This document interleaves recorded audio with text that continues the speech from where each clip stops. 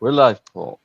Okay, so a long time ago, um, man, was it 12 years ago? Maybe 11 years ago? I did a keynote presentation down in San Diego, and it was like, I can't remember, 72 bricks to build a better world, I think is what we called it. And then, and that was based on a presentation I'd given several years before that called, I think it was 45 permaculture things in 45 minutes. Um, and I did that in Tacoma, and it was, I don't know, there were like 50 people there. It went over really well. And so I really like the format. I really like that kind of presentation. So we've kind of been asked to present it a few more times, and we've polished it up a bit. But I think the last time we did it, or the last two times we did it, we were asked to keep it to 45 minutes. So so basically, we grabbed that slide deck, and now we're doing it over the tubes.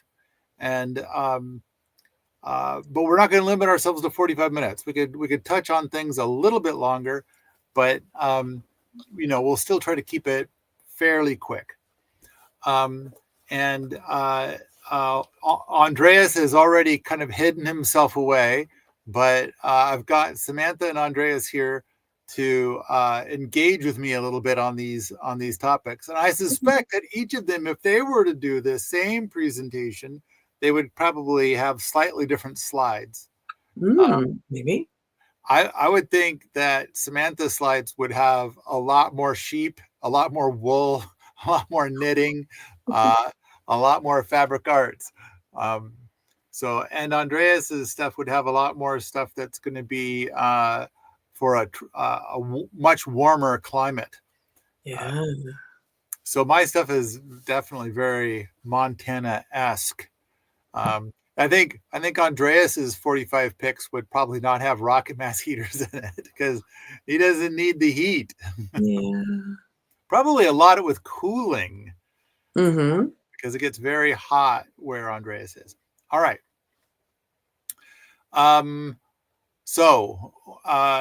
There's the slide showing that, we've made so many things. In fact, we were kind of talking about it earlier. I think we might have 50 different things that we've created. But they just, like showing all 50 things in this opening slide wouldn't fit. And so we've just kind of not done that. But I think, we have that thing that's the printed flyer that we've shared a few times in the past. I think that has more than 50 on it. I'm sure. It's kind of funny because it has so many things. It's kind of ridiculous how much stuff you've made. Yeah. Yeah. So, and of course, the key port to it all is permies.com. But yeah, two books in print right now. And then Andres put the free thing about free heat in there. That's one of our more recent rocket mass heater movies. It's pretty rich. It's got a lot in there. But all right, stepping away from products, let's get on with the show. What's the first thing? What is the first thing? Oh, of course, it's gonna be rocket mass heaters, and I can't. So I'm gonna have to like open up a different window to be able to read the slides because those are so tiny to me. But give me a moment to go and find the slides. Maybe, I don't know if you guys can read them. And then I can read them if you like. It says, heat your home with 1/10 the wood. And the heat from one fire can last for days. Oh, there we go. Now I can see my copy. The construction takes 1 to 5 days. Materials cost between $100 and up to $2,000. So I want to say that when it comes to construction takes 1 to 5 days, I want to say that it's really normal for an Ernie and Erica workshop that they'll start the build around noon or so on Saturday. And then by 2:00 in the afternoon on Sunday, they're putting a fire in it. So, and by the end of Sunday, it's really all done. And then on top of that, with the pebble style systems, it goes even faster.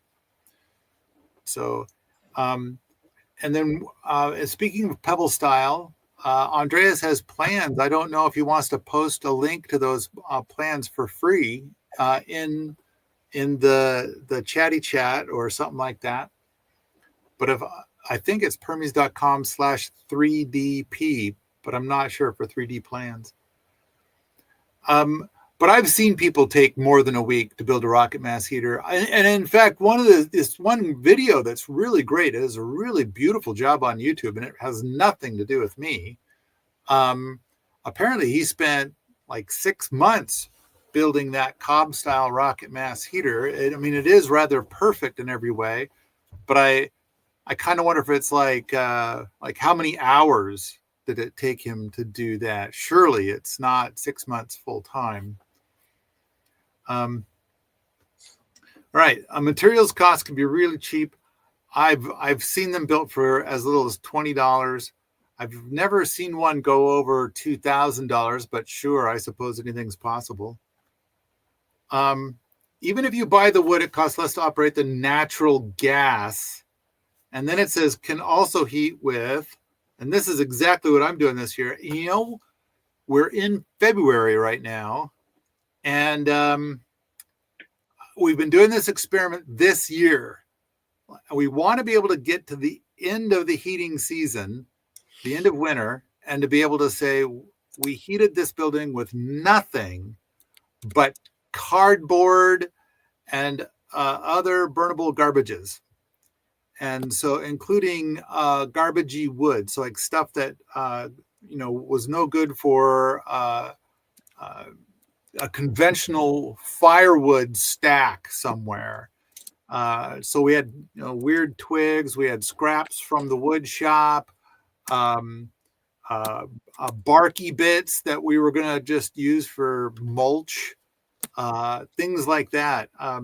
So there's some woody garbages, and there's like cardboard and papery garbages. So like I know that like one that I burned yesterday was a cream carton, and it was paper on the outside, cardboardy kind of material, and then a wax on the inside. And we just ripped off the little spout and threw the spout in the garbage. But then the rest of it we threw into the fire. So we've been doing a lot with papery garbages and fallen branches, just branches that are lying around on the ground outside.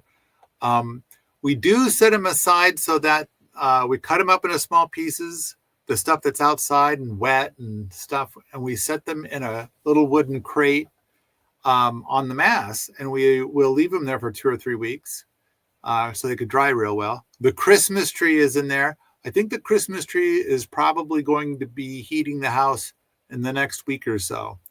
That's really cool. It finally got dry enough. Yeah. So, man, there is oceans of misinformation about rocket mass heaters out there, and I don't know how else to navigate it other than we just keep moving forward. Go ahead. If you can get to somewhere where they have one and run it, I feel like it really answers pretty much all your questions. Like all the things where it doesn't make sense that you can get that much heat off such a small amount of wood, or it doesn't make sense that you can heat a house for so long after the fire. You kind of have to experience it. And if you can run one and experience it, then you'll understand it. I think 2 big things are, one, there's a lot of people that are saying negative things because they've never burned one. They never run one. And then there are people that are doing the math and they're saying something like, well, I have a 75% efficient wood stove, so you can't, And if you're going to heat with 1/10 the wood, you're claiming it to be more efficient than 100%. And that's not mathematically viable. What they're leaving out is that they are operating their 75% efficient wood stove at 3% efficiency.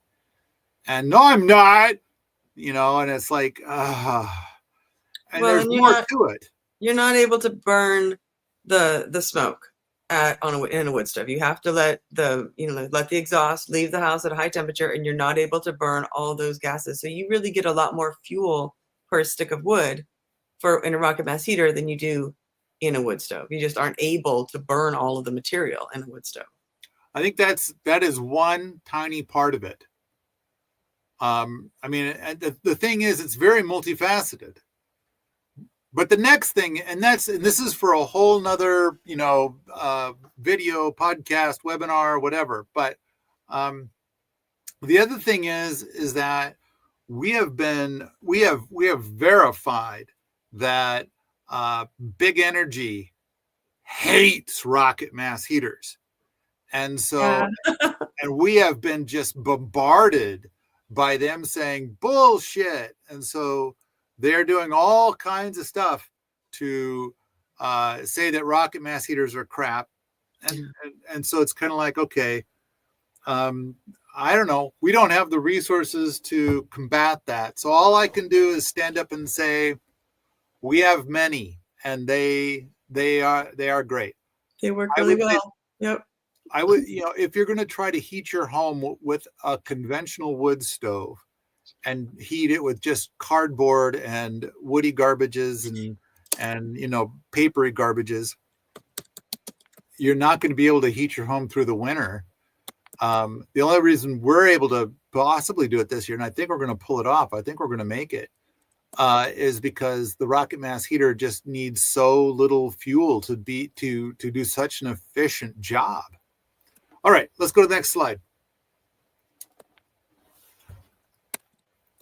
Rocket cooktop. So we've got 3 rocket cooktops here, but there's wood cook stoves out there, and I'm going to state that I believe that these will meet your cooking needs with less fuel than those. And I haven't verified that. That's one where I don't have a lot of experience with a rocket mass heater. I have the experience. I have the experience with the conventional wood stove for heating a home, like a decade's worth. And now I have more than a decade's worth of experience heating this similar space with a rocket mass heater. It's easy for me to say that, oh yeah, you heat your home with 1/10 the wood. It's almost silly how little you need to heat your home. But I can say that for the rocket cooktops, it is crazy how fast you can boil water, much faster than on any stovetop that might be inside your home. I don't have any experience using induction tops, but I've never heard anybody saying that induction systems will heat, like boil water faster. But I can say that for an electric stovetop or for a kettle or for a gas stovetop, the rocket cooktops heat water much faster. And again, free local fuel. I know that if you're going to be off grid, I think that this is important. There's so many people that are insisting that they live off grid, but they're doing everything with propane. And propane is the grid. The great thing about the rocket cooktop is that you're using sticks and twigs and maybe even cordwood from the stuff that's just growing right next to your house, as opposed to driving into town to get that propane. Next slide, please. Rocket oven. Bread, cookies, pizza, lasagna, and pie. So, by the way, for some of these things, you can kind of see these cool cards that we have. And so I think the rocket oven card is from the new purple deck that hasn't even been printed yet. We're trying to wrap that up in the next week or two to get it out there. But we've got 2 decks of cards. There's the old deck, and some of these cards will be from the old deck, and then there'll be the new deck. Now, with the rocket oven, we did make a movie of this, and that's at woodoven.net, wood-oven.net. But boy, we got a lot of miles in on this rocket oven now. And we've got a bunch of ideas on how to make it even better still. But that's, we haven't gotten to the point of building a better rocket oven. We still just use this one all the time. But quick, it'll get really hot really fast. And when you make pizza, then we've been getting temperatures of like 700, 800 degrees, which is hotter than what your oven in your home can do. The oven in your home is limited to 550 degrees. But during the cleaning cycle, you can get up to the self-cleaning cycle. It'll get up to 900 degrees, but then you're not allowed to cook in that. And so, but pizza is something that does even better at a very high temperature. And so some pizza ovens are over 800 degrees. Wow. So rocket oven. And there's stuff on the twigs and things. Let's see. Oh, and build it yourself. So the woodoven.net has the movie and some plans where we're showing how to build your own. And so I think that the rocket oven stuff, generally a lot of people are building these in the summertime. It's a nice summertime project. Okay, next slide, the rocket kiln. Before the rocket kiln that we made, when you try to do a wood-fired kiln, it would use 20 cords of wood. And Nice. so, I don't know, I'm going to just make a quick guess that 20 cords is bigger than this house. That's so much wood. It is such an incredible, and then I can imagine how much wood that is. And then with the rocket kiln, you just need an armload of wood. Yeah. So like, I don't know, like about that much, I think. Mm-hmm. And that's for high fire. Yeah, but and then you're splitting it down to make little toothpicks out of it. You're splitting it down into tiny little bits to get it to go hot. At least we were. I don't know if you have to. No, yeah, that's a smart way because then it heats up much faster with little twigs. So Samantha, were you there when we fired up that kiln? Oh yeah. Yeah. It was we did so lots fun. of projects. I seem to remember seeing a picture of your boy being there, and he made I think that was his favorite thing in the whole world. She set him up with the thermometer there on the rocket oven, and initially, because all the pottery had to be dried before it could go into the kiln, so she gave him the thermometer, and it was his job to keep it at exactly the right temperature and just keep putting in tiny sticks and keep it exactly right. He had so much fun. And then he did more watching when they were doing the kiln, because there was you had Lisa Orr and you had another gentleman there, and they were really doing it. So he was just avidly watching.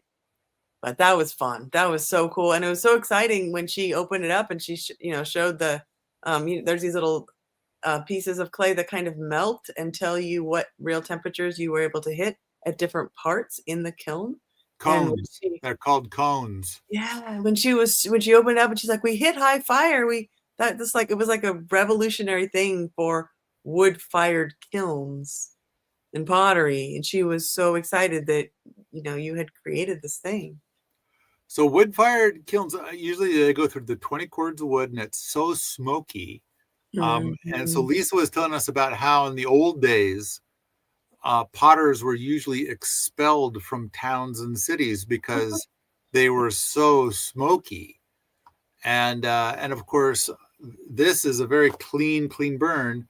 I don't know if in this picture, if it's, I don't think it's active in this picture, but generally, when we run them, it's perfectly clear burn. You don't see any smoke.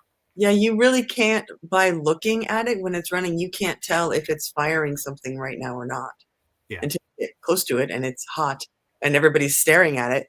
But there is no sign from looking at it that it's running. So I think a really important point here is that the wood burning kilns of the past are still being done today. Still very smoky, still using 20 cords of wood. But most people, when they're trying to get to high fire, they're going to use about $65 per fire for electricity or natural gas. And this was several years ago, so it's probably more than $100 if you're going to use electricity or natural gas to do a high fire burn. And now it's like the amount of wood is so trivial that even if you were to buy firewood, like buy a cord of firewood for like $200, it would be like I don't know, maybe like $4 worth of that wood. But why would you buy it if you need so little that you can just pick up sticks that are already lying on the ground?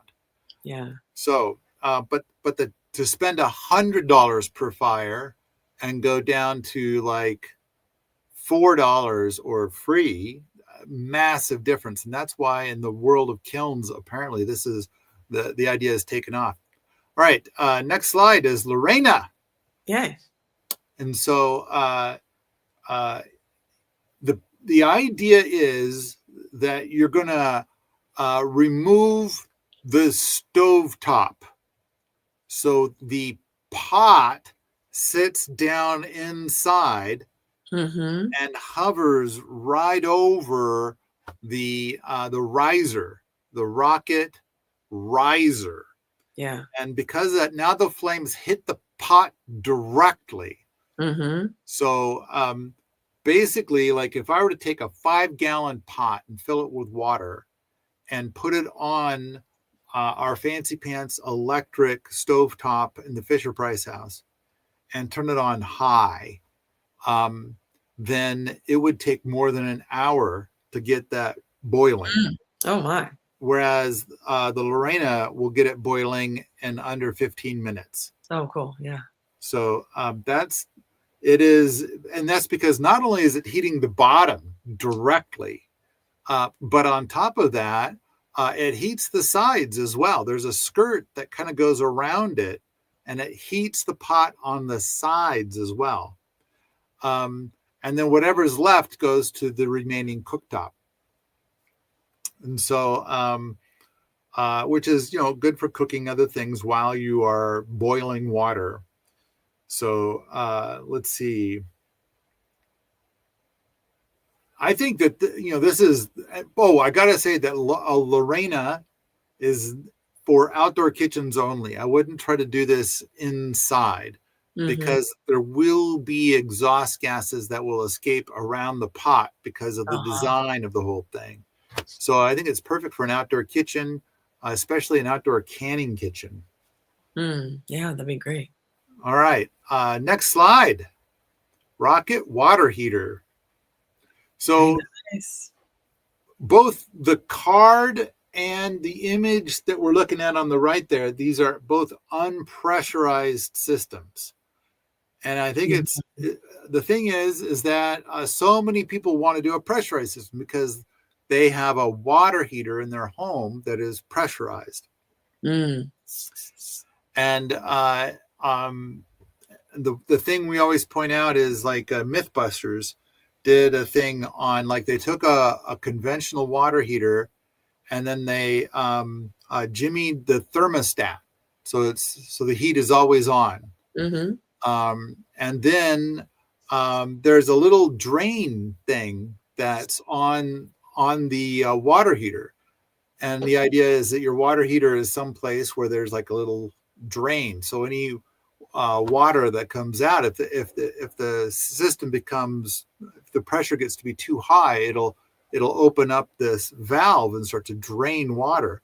But there are people who foolishly will cap that Uh-huh. You go to the hardware store and they sell caps for that kind of thing. And so they'll buy the cap and they'll put it on. And then if anything goes wrong with the thermostat regulating the temperature, and that thing is capped, that's kind of what Mythbusters did. They made that happen. Yeah. And they put it inside of a conventional home, and then they filmed it. And they said it's the biggest explosion they've ever had on their show.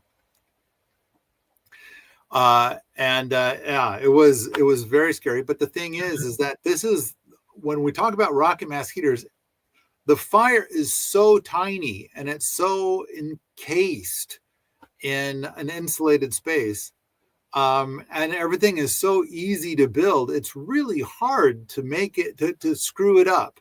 It's really, like, if you screw it up, the worst that's going to happen is you might get some smoke, like in your house, like it goes the wrong way or something because you screwed it up. But when you start messing with wood heated hot water, it can explode in a pressurized environment. And so we are pretty adamant, like trying to discourage people from even trying. But of course, if you've got an electric system complete with a high quality thermostat and a high quality pressure relief valve, then yeah, you're fine. It's very rare that anybody's hot water heater explodes, right? Because there's redundant systems. But when you started to make your own stuff and you're doing it with wood, it is quite dangerous. We do an unpressurized system. We push for an unpressurized system. And the card that we have here, I think, does a good job of showing how we do an unpressurized system. Yeah. The other thing is we also don't do the coil thing. So many people try to do a coil. Coils are famous for getting vapor lock. But a lot of times you'll see people making it work. But I don't think I'd want a long-term solution with a coil. The way that we've got it set up is that if you push pressurized water into the bottom, it'll displace water at the top. And so then you harvest the water that comes at the top. And so the picture on the right that you see there is our dishwashing station that we have for events and things like that. So, and then also when we put a fire to it, we can get hot water like at 140 degrees in about 10 minutes. Oh, wow. So it's very, very fast. Amazing. Yeah. All right. Next slide, please. Wofati. I think this might be my favorite. I love this slide. Or this card. I just think it's wonderful. So Esteban went up to Cooper Cabin yesterday or the day before. And how's it doing up there? And so it's February now. Yeah. And no one's been staying in it. And so, but he went up there and checked it, and it was 50 degrees inside. Oh, cool. And we don't, that's a Wofati that's only 40% built right now. You still have a lot of little optimizations you want to do on that one. Yeah. We need more people in the boot camp to finish some of these projects. We used to do workshops and have, like a dozen people come out to work on something all at once. But I don't know if things are just different now. And so when we announce an event like that, we generally get very few people to sign up for it. So I think that the thing to do now is like, let's fill the boot camp, because really we want to build community. It's our highest priority, is to build community. And so, and I think the boot camp is the core key to all of that. And so let's bring in the community, and then we could bring in ringers to build stuff. And we've got some ideas for some projects coming up this summer for the boot camp, for the people that join it. And of course, anybody who comes here and just rents a cabin, you can be in the boot camp as much or as little as you like. But all right, the Wofati. It is an above ground structure with a thick earthen roof. And I like to think of it as the ultimate gardener's home because you could grow stuff on the roof. So like if you live in a city, you probably have an urban lot, which is very limited real estate. And then quickly, you've planted a simple garden and now you're out of gardening space. So the great thing about the Wofati is you can grow stuff on the roof. Easy to run out of gardening space anywhere. I think another reason why it's the ultimate gardener's home is because while on the inside, it looks like a log cabin with a lot of light, on the outside, it looks invisible because of all the growies. And so that is really cool. It just looks like a whole bunch of plants. And so I've got a video on YouTube featuring Mike Oehler's, one of Mike Oehler's cabins. And we're videoing and we're looking right at it and you can't see it. And it's not until people kind of come and go out of the front door that you can kind of make out where it is. But then, but the reality is it's completely invisible. And we're like, that's the purpose of the video, is to kind of show just how invisible it is. So the Ace of Hearts on the right, that's from the orange deck that people can buy now. Let's see. We hope that this building will be able to hold the heat from the summer through the winter.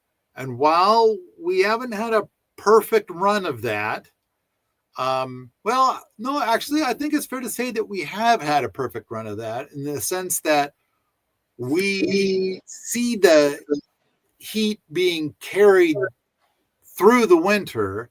But once you start getting into spring, the interior starts to get pretty cool.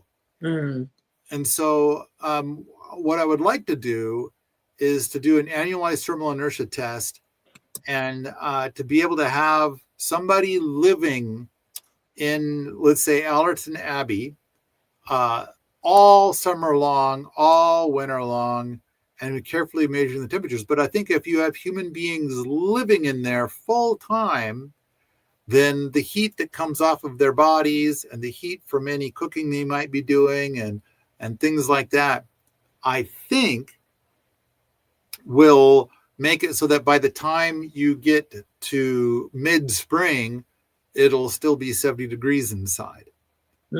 So let's go to the next slide. And I think that there's more stuff about the Wofati. So the acronym, it's the key of the Wofati is that it's for a woodland.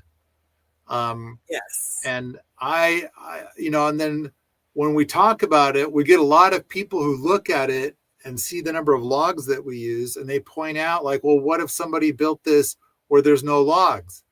And it's like, excellent point. Don't do that. I'm glad we had this chat. You have to find something else. What do you have lots of? Yeah, what do you have lots of? That's probably what you're going to build your house out of. Yeah. But this is for woodland. This is a woodland based structure because you want to be able to use the logs on site to build this home, this structure. And it's perfect for a place that kind of has too many logs. You know, a lot of forests haven't been managed recently, and they really kind of have too many of these long, straight, beautiful trees. Might as well turn them into an awesome house and open up some space and some sun. I kind of feel like that's a big part of what we are doing here because like we're in an area that gets a lot of wildfires. And then in the wintertime, we get a lot of smoke in the air coming from people burning brush. Yeah. And in fact, I did a trip up to a resort in Montana, and the whole valley was just packed with smoke. And it's because everybody was just burning brush, whether it's part of a forest fire mitigation or it's like, oh, I just want to make it tidy. I know. I know. Jeez. And I kind of feel like, in fact, there's a great thread out at Berms. It's like 100 things you can do with woody bits besides instead of burning them. Yeah. instead of burning them to pollute the area with smoke.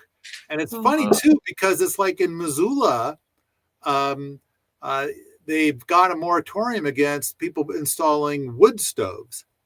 No one's allowed to install a wood stove, but people can still burn brush. Oh, really? And so just the whole valley just gets packed with not just smoke, but other pollutants and stuff. But it's like, and that's okay. But heating your home with wood is not okay. Although I believe that if you if you heat your home with a masonry stove, which a rocket mass heater is a type of a masonry stove, then that's allowed. Is my understanding. It seems really silly, because if people were allowed to use wood stoves, they wouldn't need to burn so much brush. Yeah, exactly. Exactly. Like, let's go get that stuff that's like a wildfire fuel, and let's put it through something that'll burn it in a way that is a clean burn, as opposed to just throwing in a pile and just filling the valley with smoke. Yeah. So all right. So this structure is for a woodland.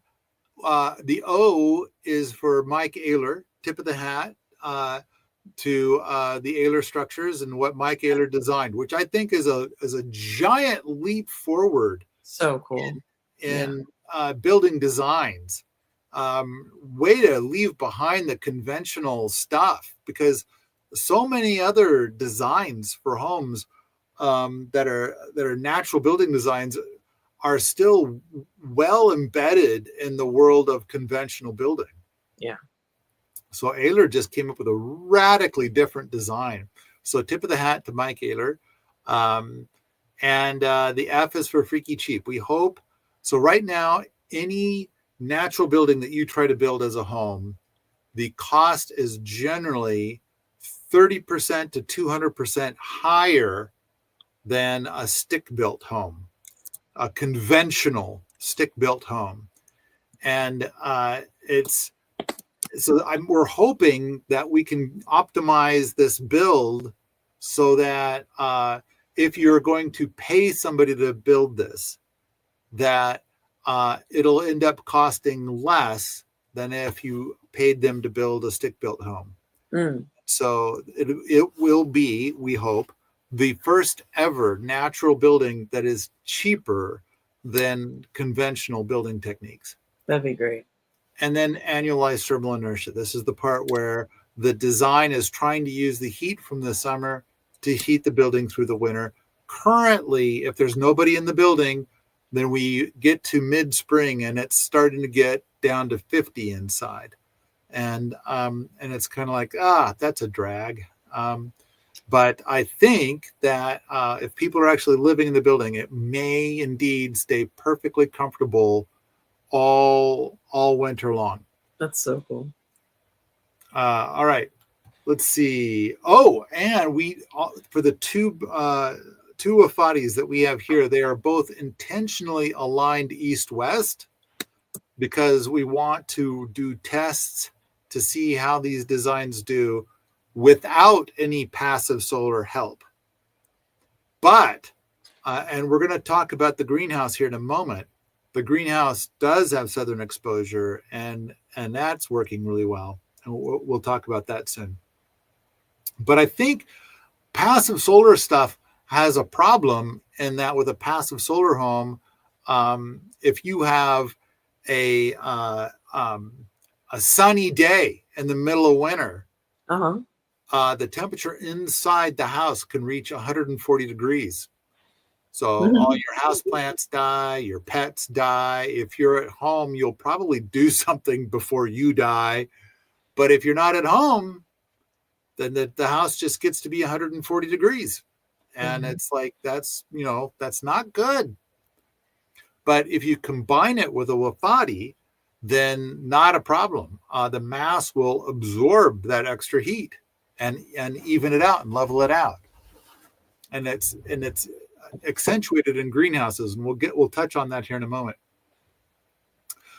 All of these designs use roundwood timber framing techniques, and we're trying to come up with ways where because like a log cabin uses roundwood framing, Mm-hmm. roundwood timber framing techniques, but you've got to fondle every log. You got to get it made just right. And we're coming up with techniques to make it so that the amount of time that you spend on those logs is much less, and it goes together much faster. Okay, the next slide is an Oehler structure. So this is what we were talking about, the Mike Oehlers. And again, it's invisible, and he calls it post-shore polyethylene. I've got a video about his $15 house as well as his $50 house. So like he is making homes really cheap, but this is just materials cost. Yeah. Nothing about his own time. And I think factoring in the time is important. The story of the 4-bedroom invisible home, apparently in Europe, the Department of Making You Sad came to see a guy who was working in his garden and said, we understand that you have a home on your property and you never got a permit for it. So we need to tax you and have you rip the home out and all these things. And the guy says, well, if you can point it out to me, I guess you're right. And so they walked all around the 2-acre property and they couldn't see it. So awesome. They left him alone. Oh, that's so cool. So next slide, please. Here we go. This is there we are. Yeah. Our greenhouse that we made here using Wofati techniques plus Mike Oehler's techniques. We did get to 25 below outside and it never froze inside. Neat. Oh, that's so great. And at the same time, and another beautiful thing is that the thermal wells, we've got these tracking thermometers down at the bottom of the thermal wells, and they're getting warmer every year. And so, and we've come up with ideas on how to further optimize all of this stuff. I kind of feel like there's a bunch we can do to get it to be even more powerful as a greenhouse. And so I would like us to give some of these things a try. But and see if we can get it to perform even better, because having it never freezing inside is great, especially if it's 25 below outside. Yeah. But it's like, you know, can we do even better? And of course, when you have a whole lot of glass, that's also a place where a lot of your heat can escape. But this thing is turning out to be a massive success. We have to call it a truly passive, because there are people out there that have made passive greenhouses, and they've made videos on YouTube and they've talked about them in books and things like that. But it's like a big part of it is like, and then here's the giant fan that we use. And it's like, well, the fan makes it not passive. Yeah. And but they're still going to call it passive. So we're going with truly passive. We have no fans, no solar power, no electricity of any kind, no heat source, nothing like that. And there's not people living inside. All right. People living inside, of course, they generate heat themselves. So there's nothing like that. So it's working. I think I would like to do more, optimize it more, document it more. Next slide, please. The humus well. So we built one of these a couple of years ago. We're trying to augment the organic matter on top of it more still. And, but we haven't even started to measure the amount of water that comes out of it, especially in August. We just haven't gotten around to it yet. There's water coming out of it, though? Is it working? Water is coming out of it. Oh, that's so great. So wow. We need to do more to really. But the thing is that here's this spot that there's no spring, and what we've done is we've sort of made our own spring. Yeah. And this is based on spring terraces, which will be the next slide. But before we get there, the key is is that we're trying to do something to emulate what Sepp Holzer did with his spring terrace, in a place where our geology doesn't support a spring terrace. Yeah. And so we're going to try to get, build our own spring, even though we don't have the proper geology for a spring terrace. And with his spring terrace, Sepp Holzer was getting 500 gallons a day of water. And so, which is just an enormous amount of water, especially if you don't have a well of any kind. I think if you've got 500 gallons a day, I think you're pretty well set for water. So the idea is that we have a membrane in place to direct the water to one point, and then we got 3 feet of organic matter above that. And so in theory, when we get like 5, 7, 8 years down the road, the organic matter will rot and it'll become a giant sponge. Yeah. And slowly release this water in August into our water catchment membrane. So cool. So let's see. Next slide, please. So this is Sepp Holzer's spring terrace. Yeah. It does depend on the geology to be just right in order for this to be effective. So, but 500 gallons a day, amazing. Oh, and look, there's a little link at the bottom to go and get the plans for how to do that. So let's see. Next slide, please. Mulch pit. So there used to be different gray water systems, but I think that mulch pit is way ahead of all those other gray water systems. So the general idea is that you've got your pipe coming into an upside down bucket, and then when the water and the bucket, this upside down bucket is buried, and so when the water goes through the pipe and it's hovering like a foot or more than a foot above any other material, then there's an air gap there. So the roots from the growies won't try to go up and plug the pipe. And so at the same time, the water from the gray water system will land on like an 8-foot thick patch of wood chips.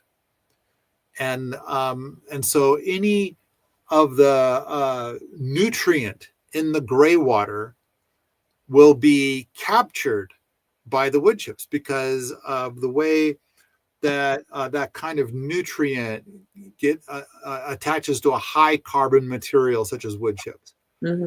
At the same time, if you have willow trees around the mulch pit, their roots will follow the wood chips, and then once it finds the nutrient, it will gobble up all the nutrient it can, especially during the spring, summer, and fall.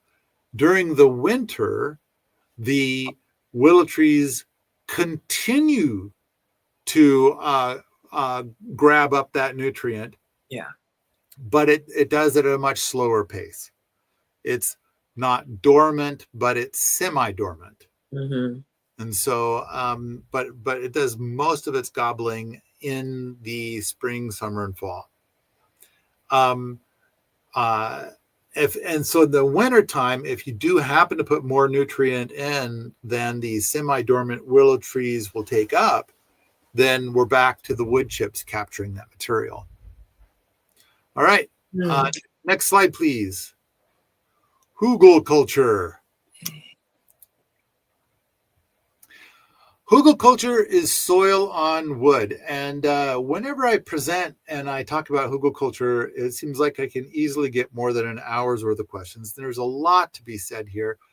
And I know that I've talked to Andreas about, like, Andreas, we need to make like 40 videos that are basically me responding to other people talking about Hugelkultur and how they're doing it wrong. So there's so many videos where people are saying like, look at my Hugelkultur. And it's like, oh, no, that is not, no. And there's just so much to be said. But okay, the key is it's soil on wood. I advocate for something that is 7 feet tall or taller. At my house, we built some that were about 11 or 12 feet tall. Yeah, they're huge. And they've kind of started to shrink a little bit, but we've added material back up on top of the top. And so we're going to work on getting them to be even taller than when they were originally built. Wow, cool. But the idea is that when you have soil on wood, the wood will rot and become basically a sponge for not only water, but also nutrients. And so you'll have this jungle of a garden growing on your Hugelkultur. So in fact, I don't know if we've got a slide later for the automatic backyard food pump, but I was out on my Hugelkultur a couple of weeks ago and harvested a whole bunch of sunchokes and walking onions. I saw your video about that. And we made a big old soup and you know, it looked really good. It was nice to see them all, you know, dirty out of the garden and then all clean and chopped and pretty and in your food. Right, which, you know, I think that in the winter, you know, it does look a bit rough. But when you go and you harvest potatoes any time of the year, they start off looking a little rough. You gotta get them in and rinse them off a little. And so, which is basically what we did. And then sunchokes are such a wackadoodle shape. They will hold on to mud and dirt even more than potatoes. Oh yeah. So, but okay. The thing is that pulling out food in the wintertime is so much easier than in the fall. You're just so hard pressed to put everything up and dry it and can it and all the other things. And it's kind of like, well, now you can cut your workload in the fall in half because you've got food out there in the middle of winter. All right. Somebody wrote a nasty thing about me on the internet a few days ago saying that basically I think what they were trying to say is that I don't have a farm. What? Well, you have a garden. It's just and I don't want a farm. I don't want a farm. I want gardens. And they're trying to say something about the giant Hugelkultur is just raising a few herbs, and it's kind of like, nope, there's a lot of staples out there. And there's a lot of food. In fact, I think this winter we're going to barely touch. I mean, we're growing so much food. Yeah. We're going to barely touch all that, which is fine because then those patches of walking onions and kale and sunchokes will just keep spreading and spreading and spreading. Well, I got some of your walking onions started at my house, and they're very happy and healthy looking. They get green onions off of them even now, just for making dinner. It's pretty cool. I know that we started with like I think 5 bulbs about 7 years ago, and now I'd guess that there's like 10,000 out there. I mean, it's more than we could ever possibly eat. And so we just harvest as much as we want. It's infinite onions. And I don't think we'll ever clear them all out. And another cool thing is we're kind of shifting how we do some stuff because the deer don't like to eat them. And so they can grow out where the deer are. And we're the stuff where we got it all fenced off to protect the gardens. We're going to, phase out the walking onions. That's where we harvest the heaviest now, is anything inside the paddocks. Okay, Hugelkultur. With soil on wood, you can eliminate your need for irrigation and fertilizer. That's kind of such a big part of it. Granted, you got to build it. And some people kind of have this whole thing of like, oh, it's too hard. And then they go and they do a flat garden and they're doing all this work for a flat garden. And it's kind of like, I'm going to say that building a Hugelkultur is less work maybe in 3 years, less work than a flat garden. I'm going to speculate, especially if you're doing it by hand, which a lot of people bring that up when you're doing it by hand. And it's like, no, you can easily do it by hand. And there's this little animated image right here kind of showing how you do it by hand. Uh-huh. And it's where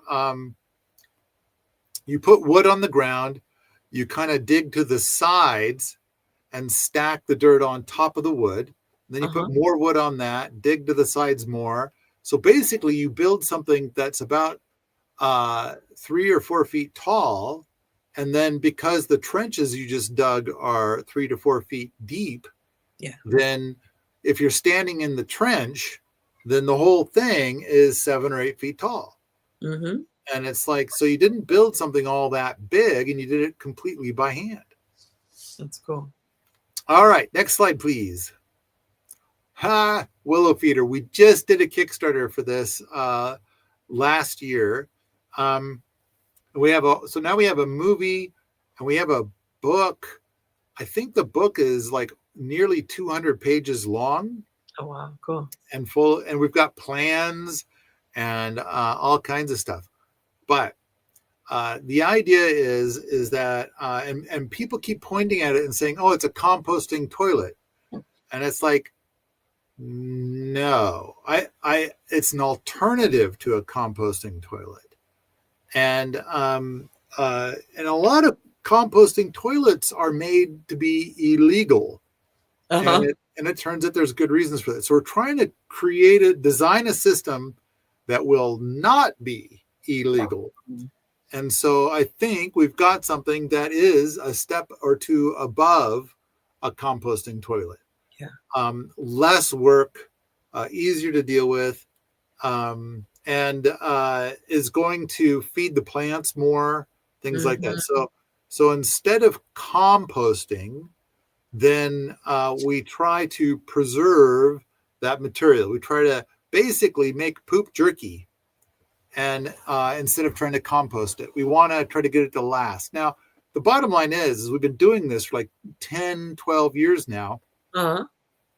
And what we have learned is that we will take a full can and set it aside for 2 years.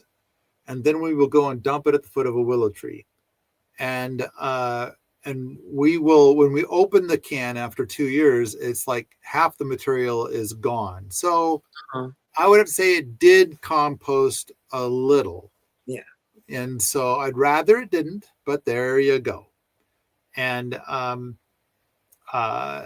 we call that material inside the can the willow candy. There is a urine diverter in the system, which is different than some of the composting toilets or the humanure system. In fact, I would have to say that this design is standing on the shoulders of the humanure book. So because the humanure book just is amazing and has a lot of excellent content in it. But what I wanted to do is to make something that was just much, much easier and then also more regulator friendly. And so something that might be not only tolerated by regulators, but in time, it could be rewarded. And so there could be programs that could say, like, if you do this, we'll like give you money and stuff. There's a community in Missoula County where they had a sawmill that recently got shut down, and the sawmill was doing great. The problem that they had is that they ran out of housing in the area because they couldn't build a sewage treatment plant. And so the county said, you cannot permit any more septic tanks. And of course, I don't think apartment buildings do septic tanks, and they needed more housing for all of the workers for the mill. So this would work. This would solve it all. Yeah. But, it might be 30 more years until they accept it. And so it needed to be invented. And so there you go. It's out there now. Well, there's so many problems in the world that permaculture has already solved the problem. I mean, it's kind of got to the point there aren't really problems anymore. There's just people don't really know that we already have a solution for that. I think one of the biggest selling points on a willow feeder, whether it's an indoor willow feeder or an outdoor willow feeder, is that it has less odors. Oh, yeah. So a flush toilet has a lot of odors. And so willow feeders don't. Willow feeders are lovely and delightful. And that's because there's an exhaust system. So then the material that goes past the toilet seat, there's air going into the system via the same seat. Uh-huh. And so it's never coming out to where people are. It's all being pulled in. So when you step out of a willow feeder, nobody knows what you were doing in there. Whereas if you're going to step into a conventional bathroom, or you step out of a conventional bathroom and somebody goes in right after you, it might be very clear to them what you were just doing in there. Yeah. And damn. All right. Next slide, please. Dry outhouse. Outhouse. So this basically takes the idea of the willow feeder, but like, let's feed the willow trees directly. So let's do this outdoors. Now, outhouses are a big problem. And so what we've done is we've modified the designs a little bit to transform it into something that is actually even better than a willow feeder. Oh. And so the idea is that any rain in the area gets diverted away from the dry outhouse. The urine diverter directs the urine to a mulch pit. And then the material that goes down into the pit below the dry outhouse will in time be found by the willow trees. And then it'll take that material, the willow candy, back out immediately so that the pit will never fill. Next slide, please. Never buy chicken feed again. So, excuse me, I apologize.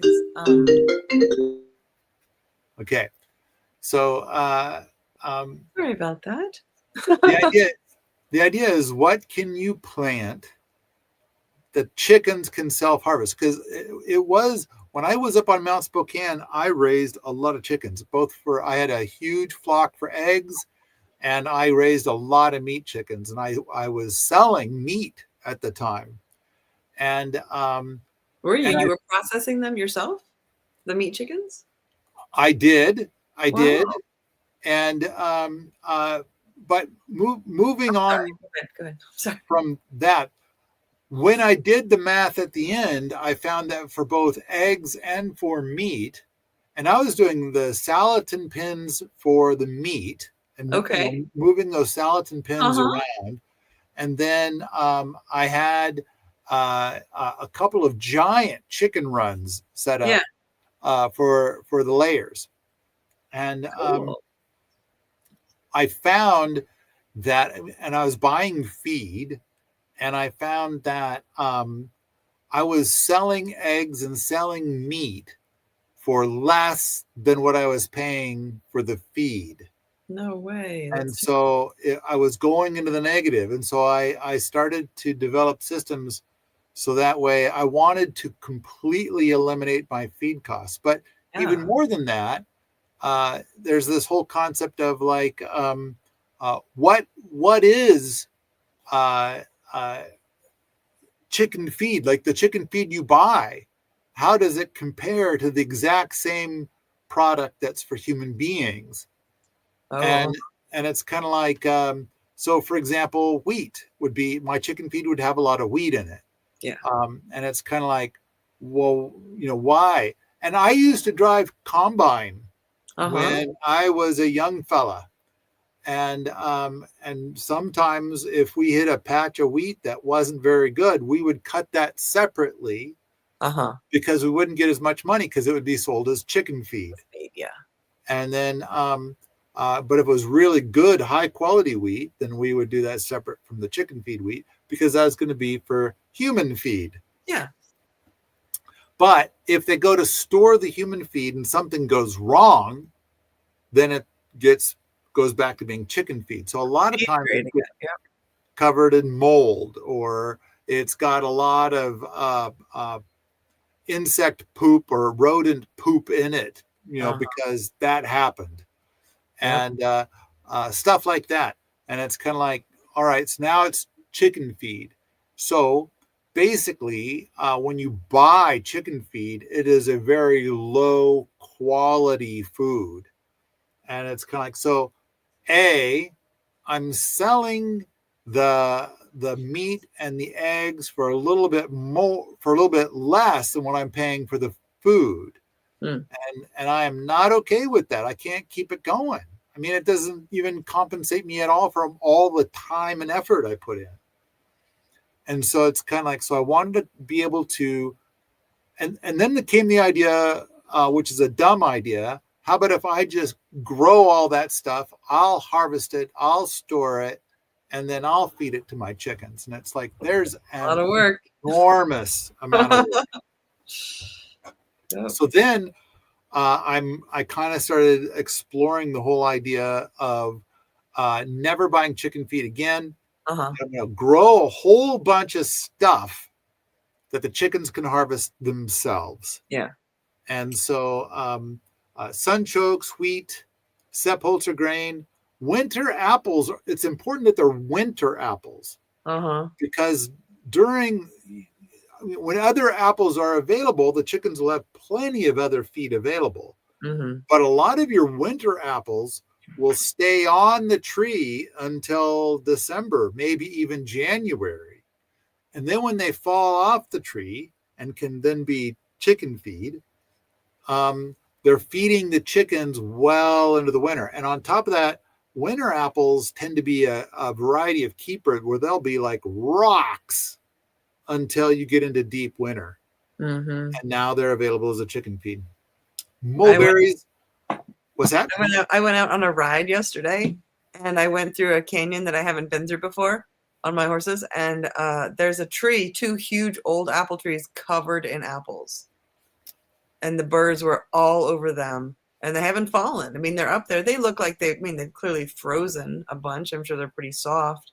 But I thought about taking the pigs over there and just letting them have some apples. But it's like, I mean, that's such a great tree that it's still covered in fruit, even though we're halfway through winter. Have you seen that plum tree we got up back? Yeah, you still have plums on your Isn't that plum. Weird? Oh, cool. And so I'm kind of curious about how that goes as a chicken. Got to get some chickens. Yeah. So, but okay, there's heaps and heaps and heaps of things that chickens love to eat that you can plant and grow. And then the thing is, when you do a paddock shift system, then they're in there eating what you eat, what I eat. But what you do is it's like, okay, I'm going to move the chickens today into the new paddock. So the first thing I do is I go into that paddock and I harvest all the stuff that I want. Then I move the chickens in. And then the chickens want to eat the bugs first and foremost. But then, they'll start eating the things that I eat. But it's fine. I already got what I wanted out of there. They can have whatever's left. I like the idea of putting out that commercial chicken feed, organic, of course, that they can have and that they don't want it. Yeah. They would rather have what's fresh and of a higher quality. All right. Next slide, please. With the chickens, another thing that I do is I just let them clean up after the other animals. I mean, they have a great time, screwing around where other animals have been, where the pigs or the sheep have been. They'd love to go in there and just pick around and, take care of all those bits too. I think Sepp-Holzer said something about the best pig food is cow poop. Oh, well, the chickens do think the pig poop is something to be had. Well, yeah, right, all fair. Um, at the same time, it does seem like, what's left behind by one animal turns out to be a treat for another.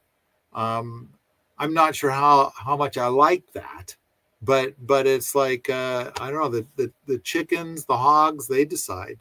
Yeah, They I'm have not a been, fan, but I like that the chickens will go in and clean up where the hogs are pretty messy about their breakfast. So it's nice the chickens will go tidy. we have two giant solar food dehydrators. Mm-hmm. And now, when the time comes that anybody is going to go dry some food, everybody wants to just use the solar food dehydrator with rocket assist. Uh-huh. They just ignore the old one. Um, I think the angle is better for the solar thing. And also, I think that now that it's got a bunch of rocks, so that the sun heats the rocks, that it makes it so that the solar element of it works much longer. But Oh, but even more than that is, a lot of times you're harvesting and you need to dry food, and it's cloudy and rainy. It's fall, yeah. and the days are shorter, and it's kind of like, so you just put a quick fire in there. We made a YouTube video a couple of months ago, where we took green firewood, and we made three pieces that were all pretty identical, and we put a moisture meter to all three of them. Mm-hmm. One we left outside, one we put in the old solar food dehydrator, and one Uh, we put in the new solar food dehydrator. yeah. I saw And that. we measured it in like 24 hours, 3 days, and maybe a week. Mm-hmm. And it was the solar food dehydrator with rocket assist did an amazing job.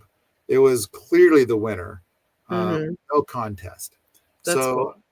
So I think a fun thing about this solar food dehydrator is that we needed an insulated wall in the back, and we did it with a slip straw Yeah. that was using knapweed.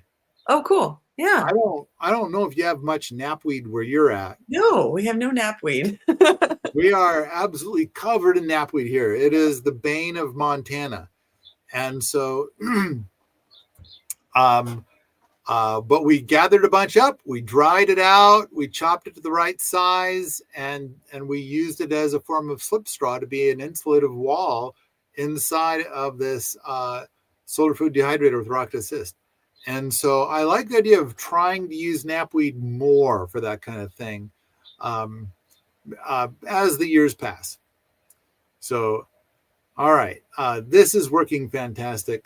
I don't know what else I can say about it. It's huge, and it dries a lot of food all at once, and we use it a lot, especially in the fall. But in the summer and maybe even the spring, we do run a lot of rhubarb through it. Uh-huh. We kind of make what we call rhubarb candy with it. Um, if we go to the next slide, it's the cool box. Okay. Samantha, do you think you can do this slide? I need to take a quick bio break. I can. This is something where you are gonna set it up so you run uh, a spring. Like if you have a spring, you can run spring water through it. If you have just a well, you can run your well through it. Just run the well water directly out of the cold earth and through this insulated box, and it'll keep your milk and your cheese, anything you need to keep cold. Looks like in the picture that maybe they got some eggs. You want to keep your eggs in the fridge. It's basically a fridge with no electricity. So, and you can use an old fridge. Maybe there's a really cool old fridge from the old days that doesn't work. So it looks neat, but it doesn't function. And that's a great way. I actually have I know some people who have a artisanal spring, so it's running constantly. And they just have a box, then the water just runs through the back and it keeps whatever they want cold.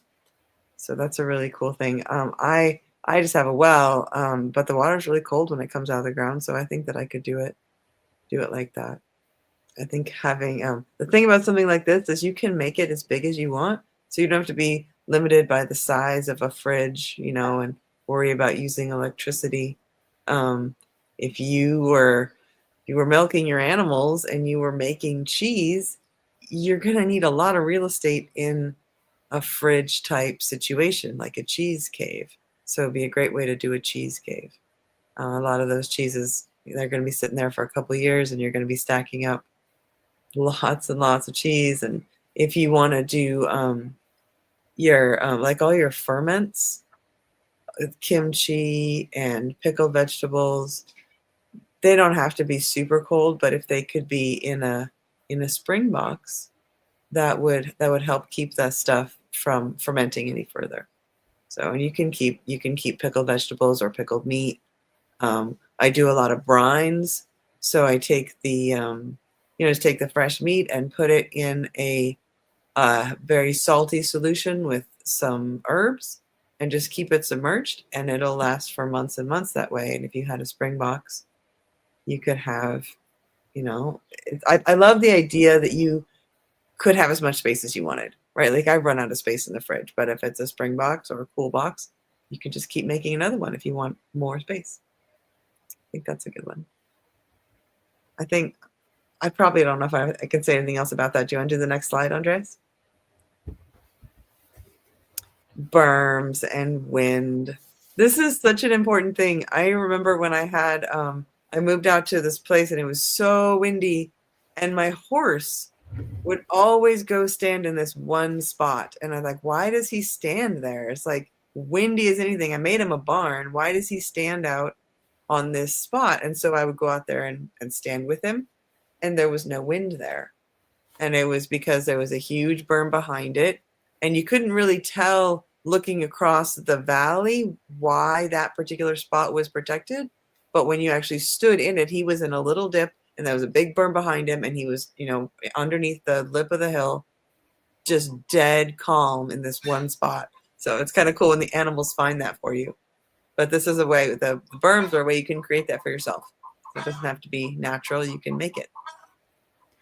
We have a lot of berms here. And I mean, adding texture to the landscape in general is something I do a lot of, and are big part of my permaculture designs. But a lot of times it's to add privacy, but a lot of times it's also to reduce the wind. And if you can reduce the wind, that makes everything a little bit more moist, and which, here in a desert area is important, but it also keeps things a little bit warmer. Mm-hmm. And so, which is important for a cold climate like Montana. But it also reduces the noise, like from a county road. That's what we're doing, is trying to reduce noise from a county road. And it gives us a lot of extra growing space. And so, I don't know, it's a great gardening solution. So many people want to make everything flat. And now that I've been building berms for so many years, it seems like when I drive to places, I see where other people have done the exact same thing. They've built a giant berm between them and the road that I'm on at the moment.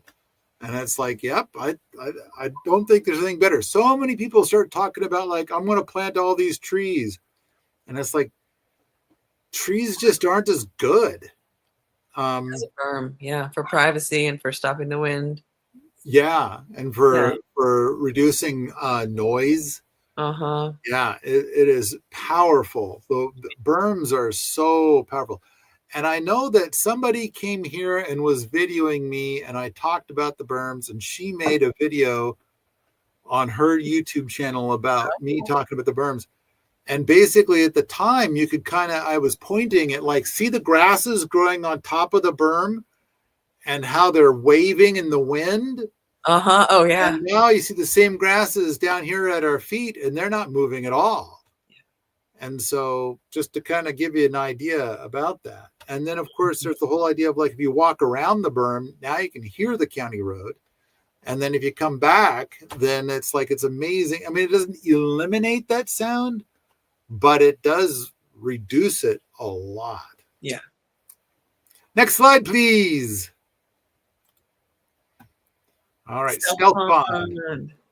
Dig a pond, fill it with huge rocks, and then you've got water when you need it.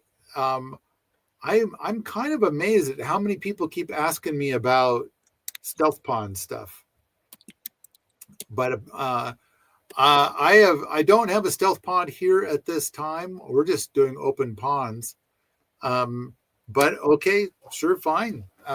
Some people need a stealth pond, like wherever they are. They don't want to get into it with somebody about having a pond, but they want the benefits of having a pond, and they have rocks, so they're all set. Well, I can see it as an excellent solution in a place where you have a lot of evaporation, and like every drop is precious, because it's protected down there, and it's going to stay cool, and it's not gonna go anywhere. Right. So basically, it's going to fill up in the fall, the winter, and the spring, and be available to you all summer long for whatever your water needs are. All right, next slide, please. Natural swimming pool. And David Pagan Butler has a movie and a book, which we sell on Permies. And there's so many great examples of natural swimming pools. But the idea is that rather than something that's chlorine based, it's going to have a way of circulating the water, but through a reed system. And so the biological life that is encouraged filters the water. So you have this nice, clean swimming pool. But there can be fish and frogs in your swimming pool. That's cool. Yeah. And so, and then David Pagan Butler also talks about techniques you might use to warm the pool a little bit and stuff like that. But a lot of his pools aren't connected to any kind of creek or stream or anything like that. They're just standalone pools, kind of like how people do normal chlorinated swimming pools. Yeah. So, and they are stunning and beautiful, and they cost less to build. Next slide, please. So normally when I present, so the paddock shift system stuff is normally part of my presentation on replacing irrigation with permaculture. And I love to present into a big room with a whole bunch of people. And so if there's like a few hundred people in the room, I'll say, I'm going to make a statement and I want to see if and based on my personal observations, and I want to see if there's anybody else who's done paddock shift systems in the audience right now who has the same experience. And so I'm going to say, you get 5 times more growies with a paddock shift system. And for me, the paddocks, I had paddocks set up and I had areas that I had not yet made into a paddock. And so I would run my animals, pulse them through the paddocks, and then I would observe that the area inside of the paddock would become far lusher than the area outside of the paddock, which is not part of the paddock shift system. And then the animals would come in and graze that down substantially. So now it's, on par with the stuff outside of the paddock. And then boom, grow back again. Yeah. So my estimate was 5 times more growers. And so I'd ask the audience, who's done paddock shift systems and has experienced something similar. And usually about 1 person out of 20 would put up their hand like, oh yeah, I've done that. Yeah. And that's what I observed too. And so it's stunning. It's amazing. And so all of your systems benefit from paddock shift. Cattle, sheep, goats, pigs, chickens, etc. all of them will work. Mm-hmm. It increases the quality and the quantity of forage. It increases the water holding capacity of the soil. So this is without irrigation, without any other effort. And there's the Stockman Grass Farmers Journal is out there, and it's a whole journal that comes out monthly based on these philosophies. That's And so people cool. having tremendous success with it. Why bother feeding your cattle any kind of grain or any kind of this other stuff when paddock shift works so incredibly well? Paddock shift systems also help to extend the growing season. Mm-hmm. So it's just a big win all the way around. All right, next slide, please. All right, mycelium insulation. So Bo came out here on 2 different projects, and he built things where it was mycelium insulation was part of it. And so mycelium being a mushroom, so the mushroom that you see would be the fruiting body of the mycelium that's inside of the substrate, or usually inside of soil. But in this case, we're usually using straw or sawdust, and then the mycelium grow throughout it. And then because we're not continuing to give water to them, it basically turns into mycelium jerky. But Mm-hmm. along the way, it made this material fireproof and with an extremely high insulation value.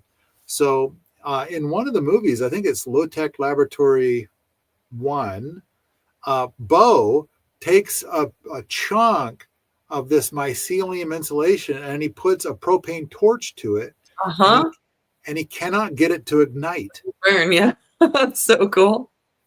And so apparently a big test for a lot of installations is you need to be able to hold the flame for the propane torch for 60 seconds or something. Yeah. But apparently a lot of the other insulative options fail. Mm-hmm. And but the mycelium insulation passes with room to spare. So it's and then on top of it, once it's done, it's rigid. And so it actually adds to the structural integrity of the building that it's used in. Well, he was building it. He was building a piece, with studs between in the wall or the roof or even a door, and then it grows in the wall. So it goes to fill whatever space you have. Yeah. And that was really, really neat.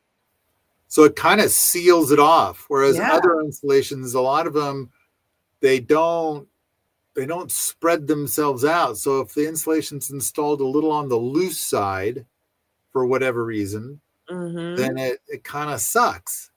But mycelium insulation fills all those gaps. It does. It kind of mushrooms into the the little any crack between the boards or any of that. It filled it up. It was really, I thought that was the coolest thing I'd ever seen in terms of insulation. I don't think you can't even compare any of the other kinds of insulation to it. Like, there's no reason somebody would buy the garbage at the store that's all toxic or some other thing. I mean, if you could just do this, it's so cool. And it performs better. It does. So like the pink stuff is apparently R3 per inch, and the mycelium insulation is R4 per inch. Yeah, that's so cool. Yeah. Next slide, please. Sealing a pond without a liner. In fact, we got a YouTube video demonstrating this, and it's a BB as part of the SKIP program. But I think you're supposed to dig a hole that's like, I think 3 feet across. Okay. And then you're supposed to demonstrate how if you pour water in it, the water disappears. And then you emulate the pig's hoof and seal your little 3 foot across pond and put water in it again. And this time you demonstrate how the water does not leak anymore. Yeah.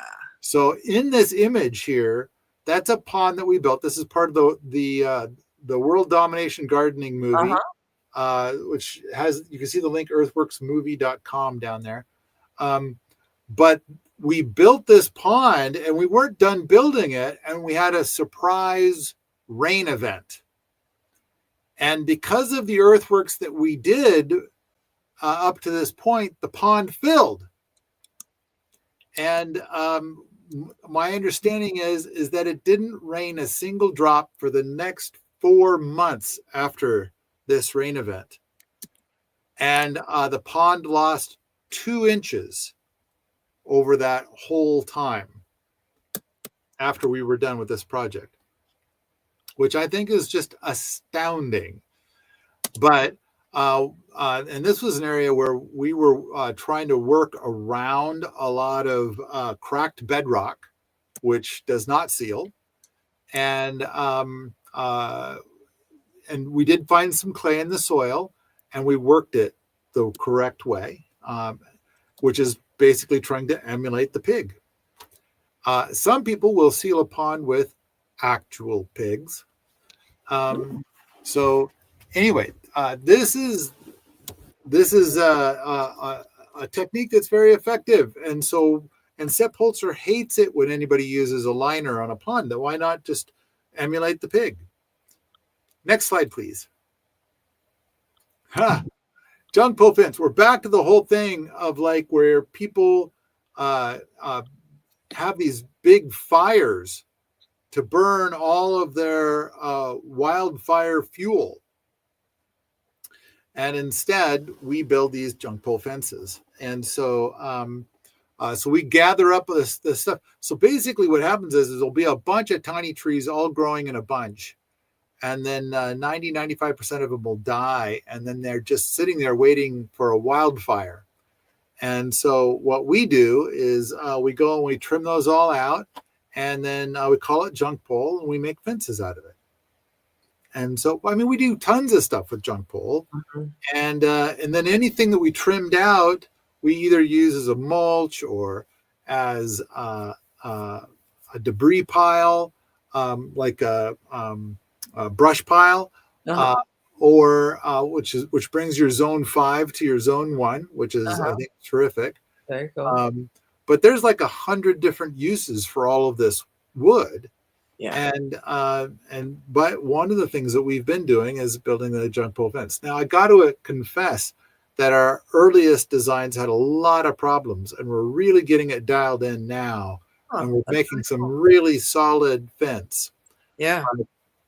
I think we're getting close enough that it's probably getting to be time that we should contemplate like making a book or a movie or something like that about what to do with woody bits besides burn it. I mean, besides burn it in a wildfire or in wildfire prevention.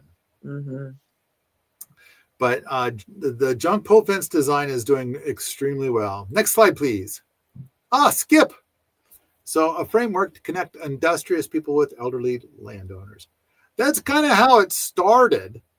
But now I'd say 90% of the people that are doing the BBs, they've got a different motivation. So the whole project started where I kept having people offer me land. Like, can I give you my land and then you do the permaculture thing on it? And it's like, I got my own land.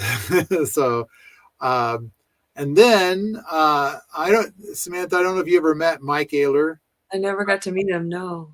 So he's a friend and he's a kook. But he would call me and say, give me the name of somebody who is worthy to will my land to, because I'm about to check out. And I said, well, you had over 100 interns. Why not have one of them? And it's like, no, they all suck.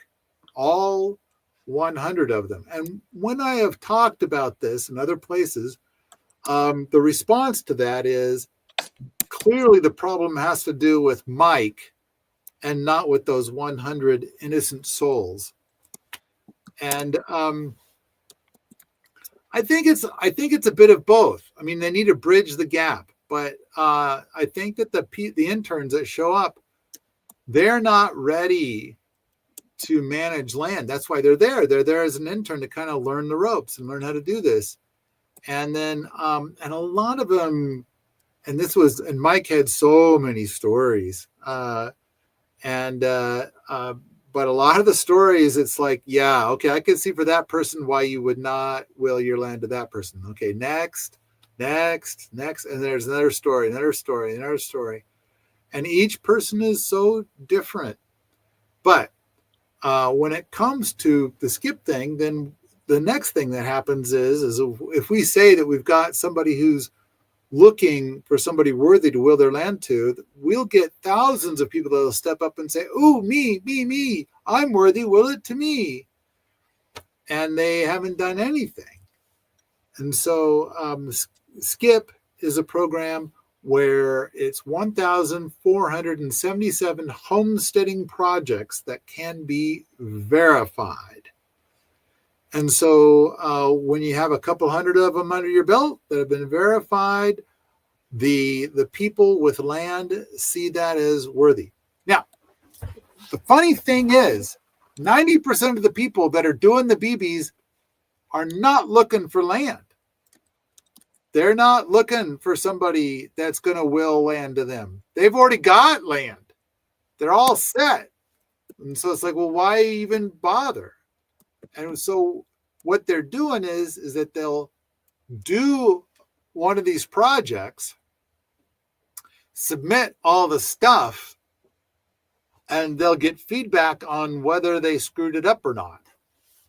That's what they want. They want the experience of doing the project, which, by the way, when you're all done, like if you carved a wooden spoon, now you got a wooden spoon that you carved. Mm-hmm. But in addition to that, someone will tell you, you suck at carving wooden spoons, do it over.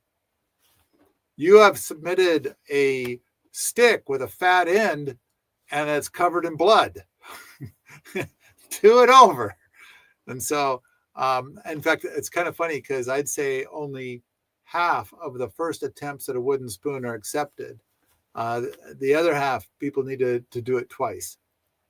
And so wooden spoon is just a great example for that. But, okay, the key is that I think right now SKIP is a great program because, and the weird thing is I'm going to guess that there's something like, I don't know, tens of millions of properties that are people are just walking away from them. When they die, they're just gone. They just go to the government. And it's like, why not have these go to permaculture people? Wouldn't that be terrific? So, especially now when college is probably not a great idea, this is a great program. Okay. It's all free. If you go to permies.com/skip, it's the whole program is free. Everything about it is free. And so whether you are a person submitting BBs or you're a person looking for somebody worthy, everything is all free. Next slide, please. Gert. This kind of comes back to that thing I was talking about a little bit earlier, where people were like saying awful things about me because I think they were trying to say like, where's the farm? And it's kind of like, I don't advocate a farm. I advocate gratitude. And so it's kind of like when you have a farm, the way that you make decisions is very different than if you're trying to grow food to feed yourself. So, for example, sunchokes are a great example. If you grow a lot of sunchokes, you've got a bunch of food to eat through the winter, but they don't have good shelf life. And so they wouldn't do well as a farm. So if it would be challenging to try to sell them to people. They just don't keep long. And when you're farming, you got to sell it to the commodity central thing that stores it for a couple of weeks or whatever. And then they pack it over to the grocery store, who takes time in order to be able to put it out on the shelf for people to eat.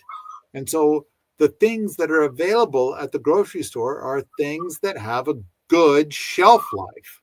Yeah. And so when you're growing a farm, that's the only thing you think about is what has a good shelf life. And that's the only thing you grow.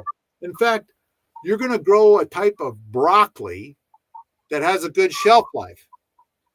And if there's another variety of broccoli that tastes better or is better in a bunch of other ways, you're going to not grow it. Yeah, you might grow that for yourself and for your family, but not for profit at your farm. But okay, you might grow it for yourself, but if you grow it for yourself, that's not a farm. And the thing I'm complaining and whining about right now is this whole farm mentality. And so many people keep looking at their garden as a tiny farm. And I kind of feel like, no, please don't do that. And stop trying to have a farm. Instead, have a garden. And then maybe your garden gets bigger and bigger and bigger and bigger, and then you're growing more food than you could possibly eat, and you can sell that if you want. But I firmly advocate for gratitude, which is, and basically gratitude is to have a humble home in a large garden. And we've been talking about this so much in the last year, mostly because people are getting drummed out of the workforce, and it's like they feel very screwed, and they're getting very desperate for work. And I kind of feel like, work? Why would you want to work? I mean, doesn't that sound sucky? Just the whole idea of it. And of course, their mind can't embrace anything else. And when I try to talk about gratitude, the naysayers say something like, it sounds like you're trying to encourage people to be impoverished. And it's like, in a way, yes. But it's like right now, people go to a worky job, and all of the money that they earn goes to their food and housing and paying for getting to work and what they wear to work and all that stuff. And all I'm saying is it's like, how about if you have a humble home and a large garden, and then your expenses are reduced by what, 95%? And now if you happen to bring in a couple of bucks here and there along the way, doing like, I don't know, 5 hours a week on average of work, then you've got plenty of money. You probably have more money than when you lived in the city and had that worky job. All right. Next slide, please. Cleaners you can eat. I think a lot of people are getting really sick because of the cleaners that they use in their home, the different kinds of things that they're using to clean with. And I know, like, Andreas is hiding here, but Andreas tells me that down in Colombia, where he lives, that a lot of the people he knows, they grow lemon trees and lime trees, but apparently lime is the preferred cleaner, to just use lime juice. And lemon juice is great, but usually, like here in Montana, you're going to pay for that. I know that a lot of people like to use vinegar for cleaning. I hate using vinegar for cleaning. It stinks. I prefer to use citric acid. But I mean, like, if people are going to buy something, I'd like to suggest to not buy your conventional cleaners. And some people, when they go to clean something, it's like, I'm going to go wipe off the counters, and they spray some kind of cleaner material on the counters. And it's kind of like, I kind of think that most of the cleaning that you ever do is done with warm water and a washcloth and elbow grease. And that's going to leave a cleaner surface. And it's going to cost less, and it's going to be less toxic. But all right, for cleaners, I tend to use mostly citric acid because our water has a lot of lime in it, and so the citric acid as part of a cleaner really wipes all that lime crust off of things. But we also will use baking soda from time to time and salt. I use salt when cleaning cast iron pans a lot. But I love the thing about using sunlight. But anyway, Raven's got this book out, Clean with Cleaners You Can Eat, which I think is just a lovely and delightful book. And I hope everybody races out and buys it. It's just terrific. But really, it's like so much of it is just warm water, maybe some citric acid, maybe some salt. I think you're pretty much set right there. Next slide, please. Dry stack. We do a lot with dry stack here, but I think that the ultimate test of dry stack is this thing you can see in the image, which is what's called a moon gate. And that's where you create a wall and there's a hole in the middle. And we do like the idea of making something with like a 6.5 foot diameter hole someday so that you can walk through it. But for now, we have this thing that exists. It's just a wall it's a 2 foot diameter hole in it. But it shows off that your dry stack skills are great. And I think that when you're doing dry stack, it's generally quite simple. Maybe we need I've got a couple of videos out about doing dry stack right now, but maybe it's time to make another one. But pretty much it's 2/1, 1/2. And that is that you want to make sure that any rocks that you place are covering where the other two rocks below meet. And so it helps to hold the rock wall together. Also, you want to stack it in such a way so that if you're going to do a standalone wall, that the two sides of the wall lean in. And it's the same sort of a thing whenever you're going to do a retaining wall, just that one is leaning in. Also, I think a high quality gravel, a sharp gravel, is the thing that really makes your walls last hundreds of years instead of, 4 years. But we're not using any mortar of any kind. It's just a stack of rocks. And we have a lot of dry stack projects that are completely exposed to the elements, and they have been standing for 10 years or more.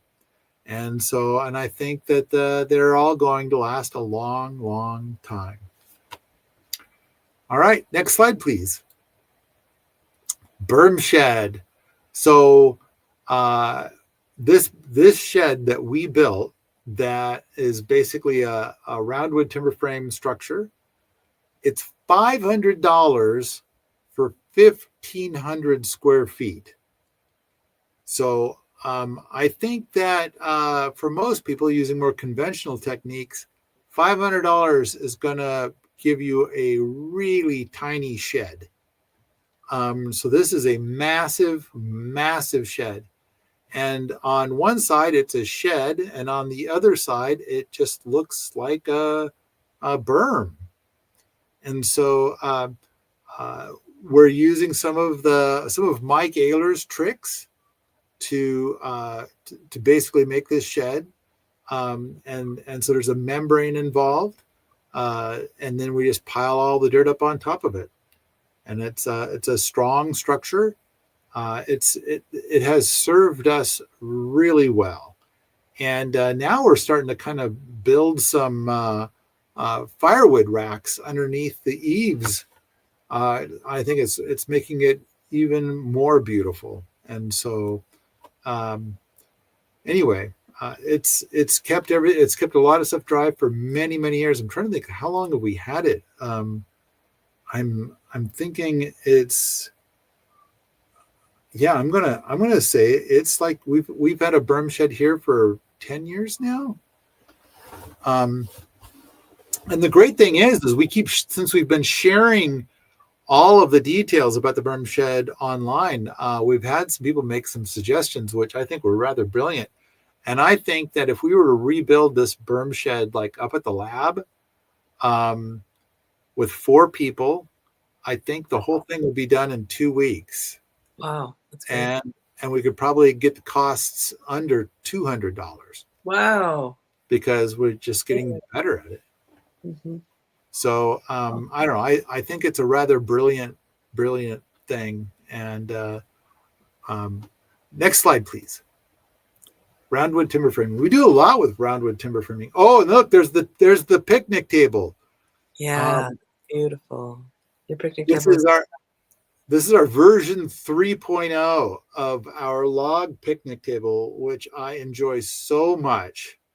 It has 0 fasteners, 0 glue, and there's not even pegs to hold it together. It's just stacked wood to make a picnic table. And we just shaped the logs so that it could be stacked easily. And we've moved it a couple of times. That's great. You moved it to the Montana Fair and it just took it apart and put it back together. So cool. And so total strangers were sitting on it. They just come and sit down like, oh, yeah, I know what this is. This is a picnic table. I'm going to sit here. And it's like, okay, fine. But, okay, roundwood timber framing. We do a lot of roundwood timber. The berm shed is roundwood timber framing. The all the Wofatis are roundwood timber framing. The greenhouse is roundwood timber framing. We just do lots and lots and lots, and we're getting better and better and better at doing the joinery. But the big thing is that we're trying to avoid the use of any paint or cement, and we're also trying to avoid the use of metal, which is expensive. And so we're coming up with these, and I kind of feel like we're moving into pure wood. So like this picnic table that you see here is a pure wood picnic table because there's no fasteners of any kind and there's no glue. It's just gravity holding it together. And I kind of feel like that is art and beauty. Yeah. And I want to make more of that. Totally. And the grape arbor is such a beautiful example. That is lovely. Yeah, that was really great what Bob did there. I mean, it looks like nothing, yeah, but of course a dovetail joint went into it. I just think it's brilliant. Is the costs there when you're saying the $200 or $500 for the shed, is that diesel and gas? Is that where that cost is? No, we spent money on the membrane, and for that design, for the berm shed, we used rebar spikes that are hidden to help hold it together. But I like the idea of doing better joinery in the future, so we don't need the rebar spikes. Okay, so the diesel and the gas would be maybe beyond that idea of price. Is that more? That is a fair point, because when we moved the logs down, then we would drag them down with either the tractor or some other rig. Okay. And so that would be diesel or gas. Mm-hmm.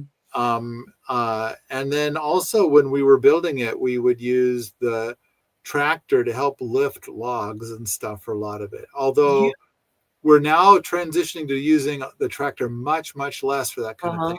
And we're doing a lot more moving heavy logs around with something manual. Really? There was a video years ago that you were using a tractor, and I think you called it a gin pole. Right. It was wild what you guys were doing when you were building this stuff. So, right, the tractor wouldn't be able to lift some of the logs up high enough. So what we did is we built a gin pole in the bucket, and it was like a 16-foot pole mounted in the bucket, so we could lift the logs higher. Oh, okay. Yeah. That's so cool. Now I kind of think like, well, how about if we just set up a gin pole and use that, and we don't need the tractor. Yeah. And so we've been doing a lot more with gin poles and similar sorts of things. lately to move large logs around. Here's a silly little thing. If you can build a home entirely from roundwood without fasteners or glue, you get extra points for going to Woodworkers Valhalla. That's funny. All right, let's go to the next slide. The next slide, please. Adobe or Cobb. And so we had a guy here once, and he hated the word Cobb. He was very insistent that we should use the word Adobe instead. And they are a little different. Adobe generally features Cobb bricks. And then you take the Cobb bricks, and then you'll use Cobb between the Cobb bricks, and then that's Adobe. But Cobb is basically a blob of mud. And so it's got the right ratios of sand and clay, and sometimes some straw. Sometimes manure is mixed in for reasons. Manure is kind of weird. If you have manure mixed into your Cobb, first of all, after a couple of weeks, any odors go away. and yet you now have the license to say, this is my shitty house. But when the manure ages, it kind of has enzymes in it to kind of be a bit more of a glue. It'll actually be add some waterproofing and some gluiness to your Cobb. But okay, the important thing is that there are people who have gone to 2 days of training in how to build a home, and then they went and built a home, and it would take them months. Yeah. But then they've built themselves a home. So they have no training in building other than that 2 days. Yeah. And they built a home. Cool. So Cobb is really forgiving to beginners. Super forgiving. And so you can build so much stuff out of Cobb, and it's so easy to do. So the key is that it's for beginners, it's for advanced people. It can be shaped into beautiful things. The bottom line is that somebody who is not a builder can build their own home with Cobb. It's pretty much just mud, and once it dries, it's as hard as cement. Of course, you can't let it get wet, but that's why the designs tend to have a lot of overhangs. Yeah, and the manure helps with that a lot too. If you have a lot of manure, it'll tolerate a lot more weather. Yes. So Cobb is the natural builder's duct tape. We use Cobb we keep Cobb all through the winter so it doesn't freeze, and we keep it wet because much like people with duct tape fixing everything, we go and we get a bucket of Cobb and we'll go fix things with that. Like, oh, okay, we'll just cake it in Cobb and it's all fixed. So we do heaps of that. Nice to make it up before winter so that you have it. It's not very much fun to mix Cobb in the freezing temperatures. Correct. All right, next slide, please. Slip straw. Oh, we talked about this a little bit, where we used a little bit of knapweed to make a slip straw. Yeah. But our sauna is wholly insulated with slip straw. And the great thing is that with slip straw, so if you're going to build a straw bale house, you need very high quality straw. That is critical. But if you're going to do slip straw, you can use very low quality straw. So basically, you'll take this terrible straw covered in mold and gross things, and you'll put it into clay slip, and then you'll mash it into whatever shape you want, and then it dries. And then once it dries, it has structural integrity and a high level of insulation. So it's like this is, I think, one of the most brilliant things to do with crappy straw, low-grade straw. Fire-resistant insulation So we've got quite a few slip straw projects that we've done here, and it's all working out really, really well. Next slide, please. Stun. This is Mark Shepard's project. So he wrote the book Restoration Agriculture, and in that book he talks about something called stun, and that's where when you go to plant a bunch of baby fruit trees, that you'll give them a kind of nurturing for the first couple of years so that they can be entirely abandoned after that. And they'll get zero care. He used to call it sheer total utter neglect, but he changed it. Now he calls it strategic total utter neglect. So you want to be able to get your trees to the point that they require zero care, and then they produce a lot of food. And so, Samantha, I think earlier you were talking about 2 apple trees that you saw that were getting no care. They're being neglected. They are. They were pumping out food for the animals. Oh yeah, I mean, and they're crazy tall too. I mean, this is obviously an old tree and an old variety. There's a lot of old homesteads around here that, you know, somebody maybe planted the tree, or maybe, you know, it got planted by, you know, birds or animals. When we developed this card, we sent it over to Mark Shepard, and he made a couple suggestions for changes. So now it's, I think it's fair to say Mark Shepard approved. Good. Next slide, please. Starting trees from seed. So, boy, we have, not only do we have a ton of fruit trees that started from seed, but one of them has started to produce an enormous amount of fruit. Nice. I'm going to guess that one is 9 or 10 years old. Huh. This huge apple tree in the way back behind the house. I don't know. It's got to be about 35 feet tall now. But wow. it's now producing a lot. Well, Samantha, I think you were here once and you found like we didn't get all the apples off of it, and you spotted some more apples. Yeah. And then we plucked a few more apples off of it that we had missed. Just keep taking them. That's great. And so, but we've also had some fruit trees that were started. We've had a lot of fruit trees that started from seed or pit, and they didn't make it. Yeah.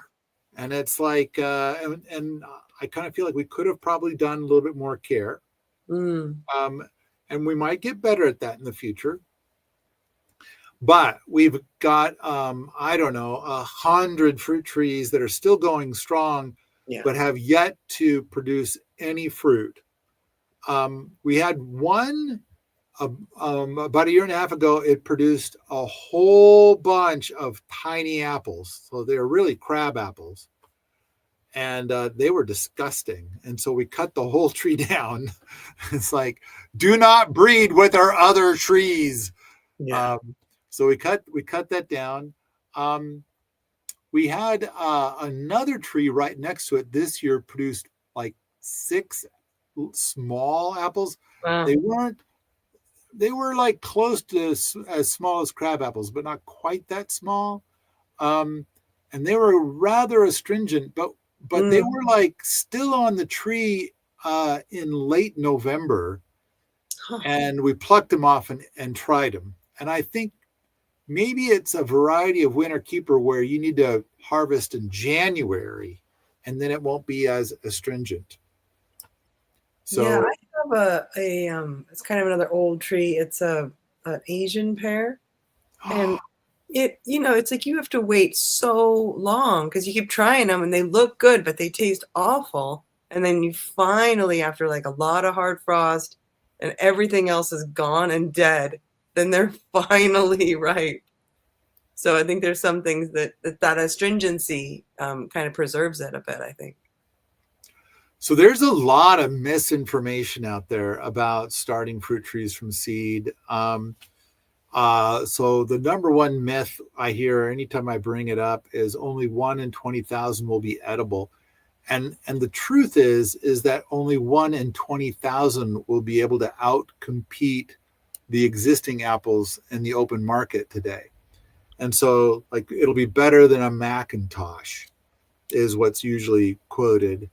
And so I'm going to say that only I'm going to say 4 out of 5 will be edible and delightful in every way, as is. It may not outcompete Macintosh in the open market, but it'll have other strengths. I think that the apple tree that we were talking about earlier, that where you found a few more apples on it, Yeah. that one had big fruit, and it was quite good. And the harvest from that tree was spread out over 6 weeks. So it's like that apple tree started from seed, had some fascinating attributes to it. And we had another apple tree that had giant fruit that was really sweet and delicious. But I kind of feel like only 1 out of 5 apples will be something gross and disgusting, which is the kind of apples people want for that that hard apple cider, the hooch. Oh, really? Okay. That's what they use for that. But I'm not into that, so I just cut those trees down. And I mean, you could graft onto those if you wanted to, but I'm just going to cut them down because we got so many fruit trees started from seed. Then people, go ahead. We got a question, which I think is interesting. Is this a method you would use for specific trees or for specific types of fruit? I would say that just the trees for the wood is better than growing a conifer. Okay. But for specific types of fruit, I mean, we have a lot of plum trees that are growing now. And we have, we've had some peach trees that have yet to make it. And I think I want to put more love into growing peach trees. Mm-hmm. Apple trees are going to be the best. In fact, I wish, we've got apricot trees. Yes. We've got a bunch of apricot trees that started from seed. In fact, I believe you and I saw apricots on one of my trees. Yeah. And it was like, look, there's like a dozen apricots. And Did then you get later any? that year, there was none. I don't know. Where did they somebody go? else got them. That's too bad. Or Maybe something next else year. happened. I don't know. But that tree is way bigger now. Okay, cool. It is so happy and huge. I'm hoping that this upcoming year it'll have a giant crop. But we've got Apricot Alley that's got like, I don't know, a dozen apricot trees growing in there. Mm-hmm. And apricots do extremely well around here. But I'm kind of thinking that with apricots, I mean, there's canning apricots in a variety of different ways. And then there's drying apricots. But really, apples, I think, are going to be our primary crop. Mm. And that's what I prefer the most, because the apples are gonna, there's like 25 different ways to preserve apples. Yeah. And so it's like, and I want to lean into all those ways, which a lot of them you don't even start to even contemplate doing until you have like 5,000 pounds of apples. Uh-huh. And we have a really wide harvest window for apples. And so that really helps to facilitate, lots of different ways of preserving apples. Right now, we have a lot of applesauce, a lot of dried apples. I don't think we made any apple butter this last year. But I do think we've got quite a few apples. I want to get to the point that we're making apple syrup Uh-huh. and apple sugar. That'd be so cool. And I can't find anybody else that's doing apple sugar. I have found some people doing. In fact, we've been doing a lot of apple juice concentrate. Mm-hmm. We found a really easy way to make that ourselves, Cool. and we've been using it to can other things. So, all right, have I answered the question? I think I did. I sort of think it's also potentially a technique to use for specific instances. If you are planting it from seed, that tree is going to be able to tolerate a harsher environment. I mean, you have to baby it, right? You have to make sure nobody eats it when it's little, and you got to take care of it. But it's going to have that deeper taproot. It's going to live longer, and it's going to be more able to live without you. So if you wanted to be building gardens where you don't need to tend them, I think it's a great situation. If you're in a real hurry and you want to go really fast, it's not the quickest way to get to fruit, right? So I think there's certain situations where you might be like, I want apples like right away. So maybe you plant starts, but at the same time, plant your seeds so that you can have the trees that live a long time and don't need you. Yeah, the taproot is a big thing. If you transplant an apple tree, you lose the taproot. Yeah. So if you start it from seed, you have the taproots. You have a much stronger tree. I think one of the other things I want to address real quick is how people will basically, when you're talking about starting a fruit tree from seed, they'll say it will not be true to parent. And the truth is, it will have attributes of mommy and daddy, much like how human beings do. Mm-hmm. But when they say it will not be true to parent, they mean the mother. It won't be, because so much of the apple industry is based on cloning. Right. And it's like, so yeah, starting from seed is not the same as cloning. Same. And so, yeah, you'll get an apple that's different. And so they say, well, it will not be true to parent. They say it as if it'll be poison and no one will be able to eat it. Yeah. But being different is okay. Yeah. It will not be true to parent, which is good. So what'll happen is we're going to plant like 10,000 seeds and we'll end up with, 400 trees, but they're going to like it here. The other seeds didn't make it for one reason or they did not like it here. And so we're going to end up with a whole lot of apple trees that do well in our soil, as opposed to people that will buy an apple tree that was actually grown 1,000 miles away, 2,000 miles away. And it's like that tree probably does well in a very different climate than your climate. So, all right. I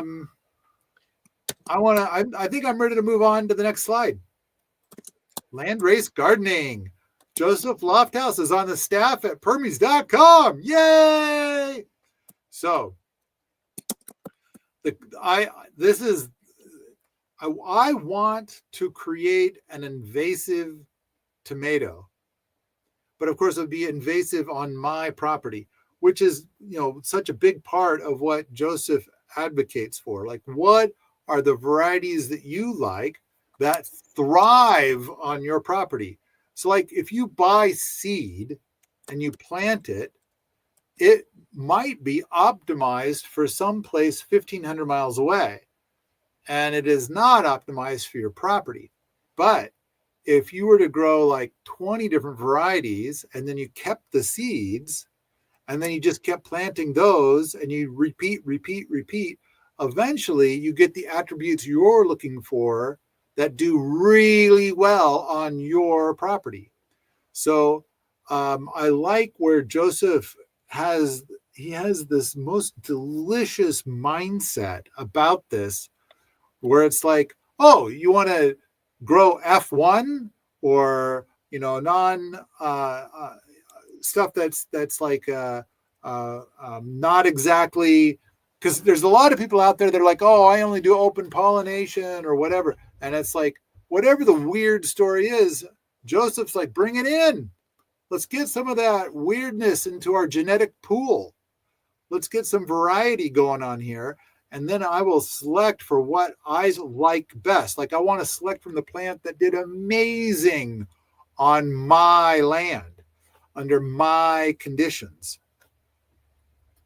So personally, what I loved about Joseph's philosophies is that someday I'll have a variety growing here that'll be a weed, and like tomatoes that will replant themselves. And it's like I have 500 pounds of tomatoes every year, and I haven't planted a seed or a transplant for 5 years. I love the idea of that. They just keep coming back and growing themselves. And I'm not irrigating them. I'm not fertilizing them. And I'm loaded to the gills with tomatoes. This is Landrace gardening.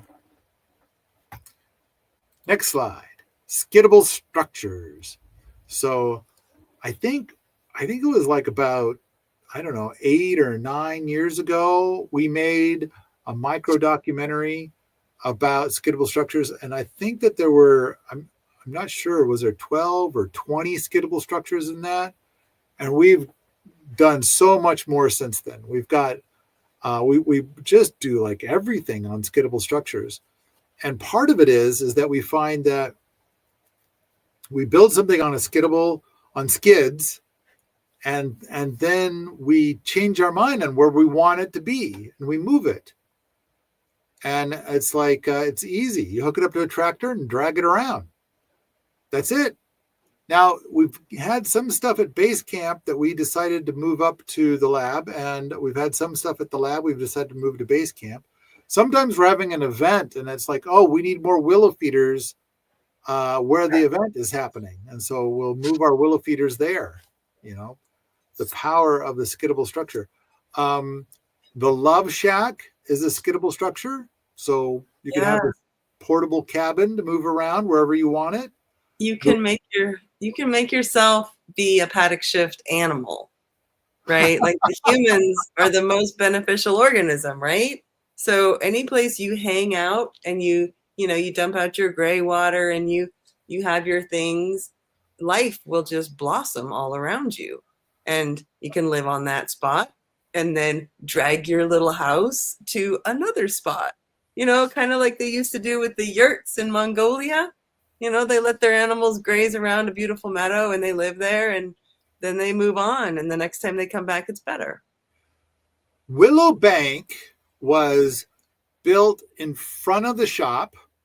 Mm-hmm. Then it spent, I think, 6 months behind the shop.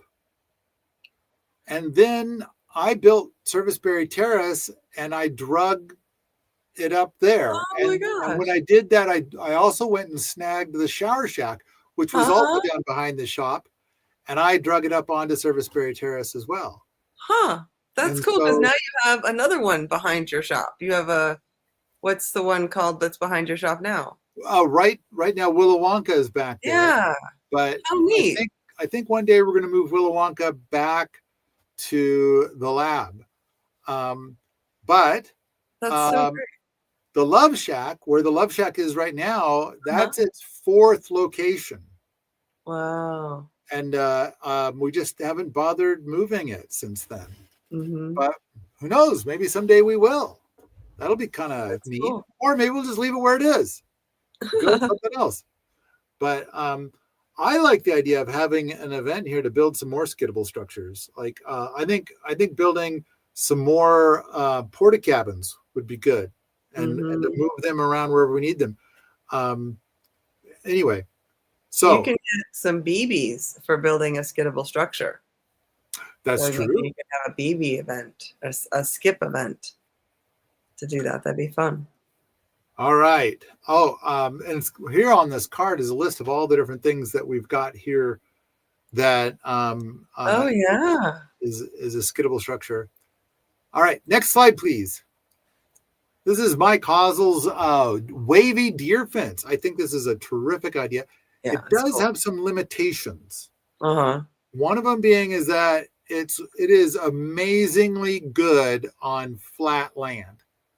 So if your land kind of goes up and down, I don't think the wavy deer fence does very well on that. But the big thing is that you put this wave in it, and then you can, in this picture, it's difficult to see, but there's wires on the outside side and on the, so like, I don't know, on the left side and the right side of the fence that are attached to the outermost points. And then there's like stuff attached to those wires that are kind of dangling. So that way, when a deer comes up, a deer doesn't have binocular vision. The deer's eyes are kind of on the side of the head. And so when they look at this, they get all wiggy about like, I don't think I can jump over this. Yeah. And so it's too wet. So basically, Mike has reported that he has had great results with the wavy deer fence design. And notice how the fence part is not galvanized. It's rusting, which is what's encouraged. And so galvanization has a bunch of toxic gick in it. So it's like he's dodging all that toxic gick. But it's something that will keep the deer out of your gardens quite effectively because of the design of it. And it's cheap and super fast to build.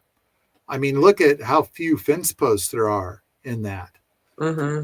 So most of it is just the wave and the lines, the two wires that kind of hold the wave in place.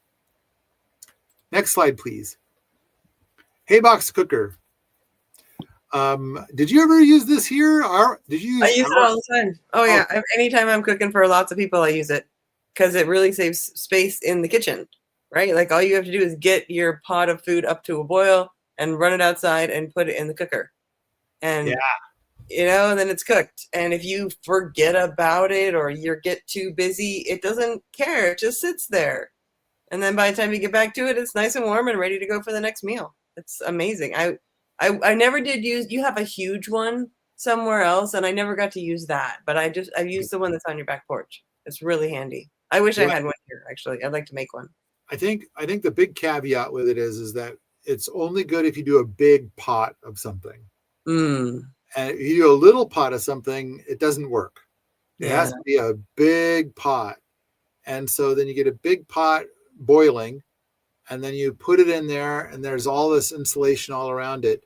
And you'll come back 10 hours later, and you may have put it in, and it was like over 200 degrees. And when you come and pull it out, it's probably about 180. I think we've measured this before.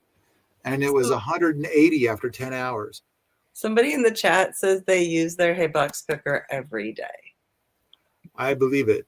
That is so cool. I think it's smart to use it in the summertime because you then have a lot less heat inside the house. Yeah. But this thing is just brilliant, and it's so simple. It uses zero energy, and basically whatever you're cooking, it'll cook, I don't know, 10, 12, 14, 16 hours if you want. But I think usually we're doing it for 10. Like you'll start it in the morning at like 6 a.m. and then you'll pull it out at 4 in the afternoon.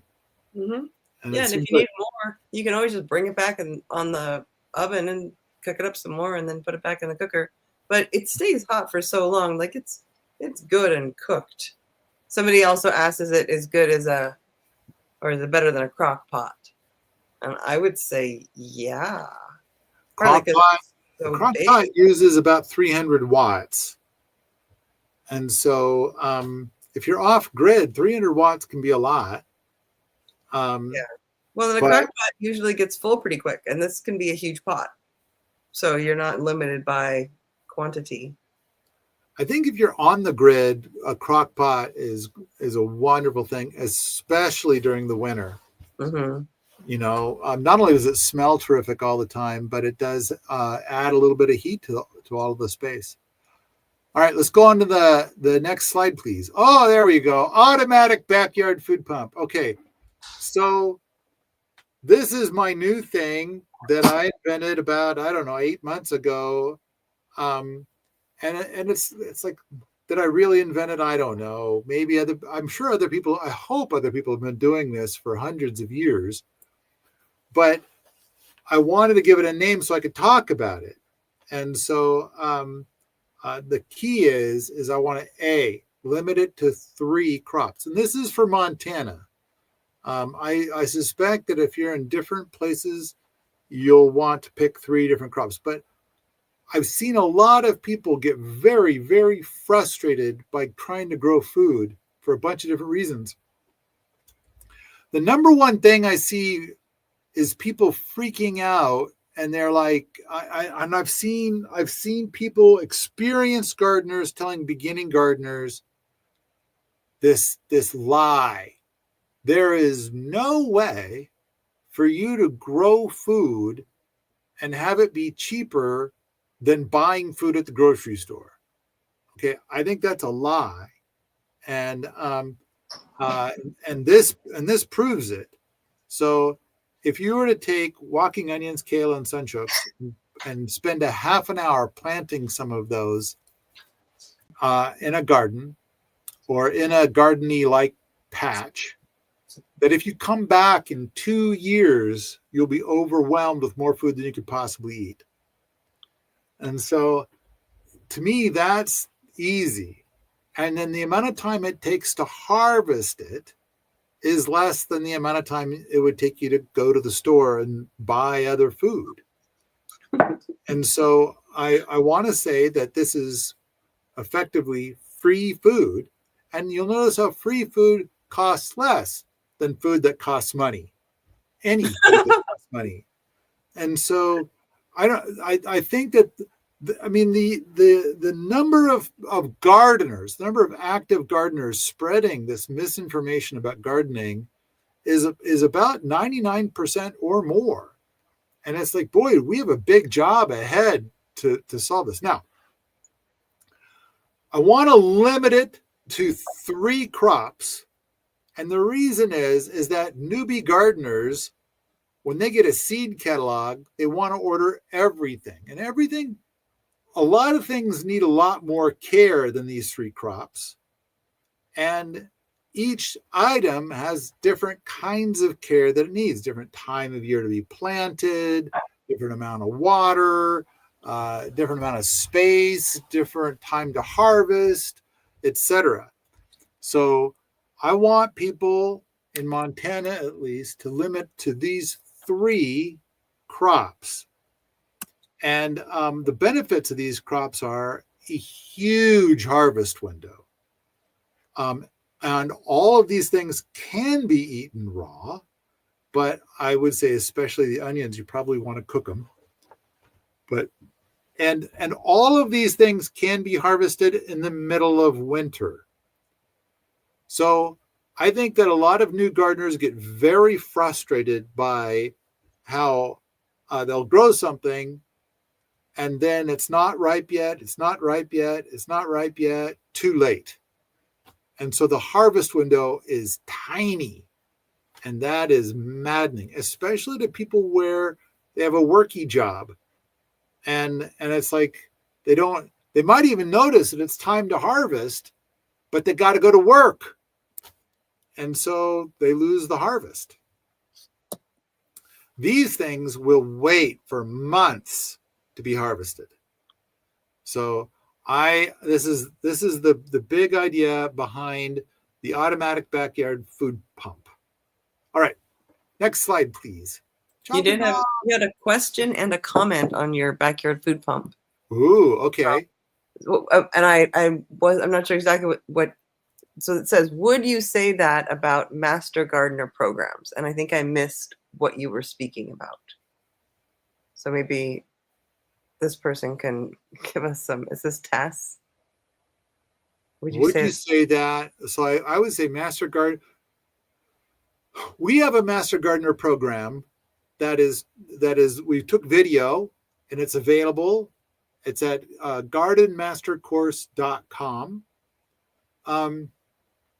So it's taught by Helen Attow, who my understanding is that she teaches a master gardener course that is like 5 times more robust than anybody else. And with what we videoed, we told her that she did not have to teach under the limitations of the formal Master Gardener program, which is by the Extension Office, which is an extension of an ag college, which is influenced strongly by Chem Ag. And so the official Master Gardener program is loaded with synthetic fertilizers, pesticides, herbicides, etc.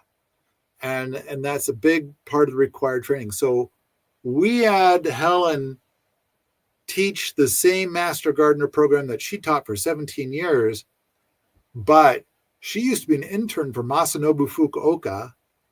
And she's already like pre-trained in organic and permaculture. And so like, what a relief for her to be able to teach this without all those chemical restraints. And so, so she loves food forests and organic gardening. All right. So when you ask a question about a Master Gardener program, that's usually a chem program, very chem focused. Okay. I mean, they're going to cover organic stuff too, but okay. And then I think I suspect, is it Master Gardener mentality that leads to the whole thing, the whole mentality of, I'm going to pretend that this is what the question was, of how it's cheaper to buy groceries at the grocery store than to grow your own. And I'd say, yeah, but it's even more than that. And again, I'm going to go with 99% of experienced gardeners firmly believe that it's cheaper to just buy food from the grocery store than to grow it yourself. And I think we have more than proven that it's cheaper and easier to grow food at home in a garden rather than buying it at the grocery store. Yeah, by far. I mean, that's such a silly thing to say, that it would be cheaper to buy it than to grow it for free yourself. Well, and I want to emphasize, these are experienced gardeners. Experienced, like with a lot of experience, with like more than 10 years of experience saying this. Well, and they are emphatic. And it's like, so basically, whatever it is that they are doing is indeed more expensive than if they just bought it from the grocery store. It's so for them and the techniques that they've selected, that is indeed true. But this is the benefit of the automatic backyard food prompt. Andres, if you could go back to that slide for a moment. This is the thing that it's been like, I've talked to thousands, maybe tens of thousands of people who want to learn gardening or are gardeners, and I run into this over and over and over and over again. So it's kind of like, okay, I need to come up with a thing I can say that is contrary to what most people apparently do. So I kind of feel like if you're going to try gardening to feed yourself, instead of growing a farm or a small farm, to grow food, I think that's step one. I also am a powerful advocate for polyculture. And of course, in permaculture, we do not fear weeds like most people fear weeds. We're doing a lot that's really, really different. I think another thing is look at stun compared to the way people run orchards. I mean, the orchards are generally very labor intensive, whereas stun is something where once the tree gets to be like 3 years old, then you do zero care, which is very different than the way most people do orchards, or most people who are gardeners who are trying to take care of a fruit tree. They will study what the orchardists do and try to emulate that. All right. So there was a statement and a question. I'm not sure if I covered the statement and the question or what. How am I doing? What's left? I think you're doing very well. Are we ready to move on to the next slide? There's one person who wanted to say that they are growing all those three things in their backyard and it didn't take any work and they have lots of food. This is, I think for the experienced gardeners, the beautiful thing about the backyard food pump is that now you grow these foods and they can be your staples. Mm-hmm. And then you can grow other foods too. And if you happen to have to go to work for like 3 weeks in a row and you don't have time to hit that harvest window and you lost it all, oh well. Or if you forgot to irrigate it, or you went on vacation and when you came back, things sucked, these three things would still be going strong. And so now, rather than like, oh no, all of my garden died. And by garden, I mean small farm. It all died because I was growing it in rows and it needed to be irrigated daily. And I didn't do that. And, all of that kind of stuff is all gone. And now it's like, oh, that thing happened. And when I came back, there was more food than when I left.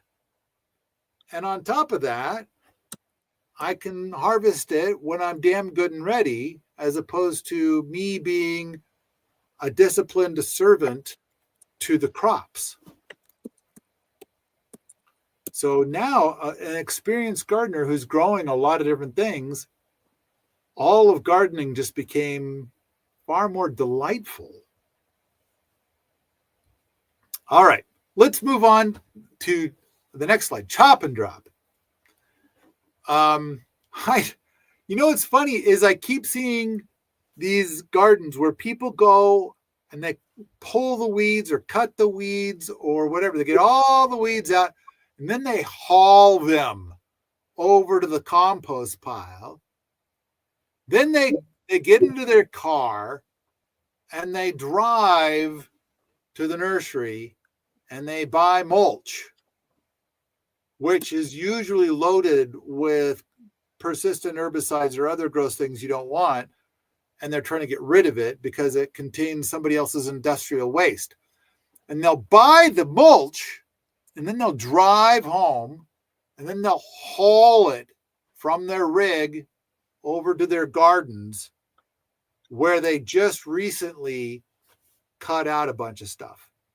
And then they'll lay that on. And it's like, okay, let's make this whole thing about 20 times easier and free. This may be where some of that cost comes from. If you're buying soil and buying materials. I have a hard time watching gardening videos on YouTube because they'll have these raised bed gardens because raised beds are the best. And they'll have these giant beds that are obviously purchased. It's some sort of galvanized steel thing that looks like a stock tank. Yeah, that's cool right now. Stock tanks. Yeah. But apparently, I think it doesn't have a bottom in it, but I'm not sure. I don't know. I don't care. And then you look at the soil that's in it and it'll have perlite in it. You'll see a whole bunch of perlite in the soil. And it's like, did they just buy potting soil like for potting houseplants? And a lot of them, that is exactly what they did. And it's like, if you're going to go out and spend $5,000 on potting soil, then yeah, this is going to be a very expensive garden.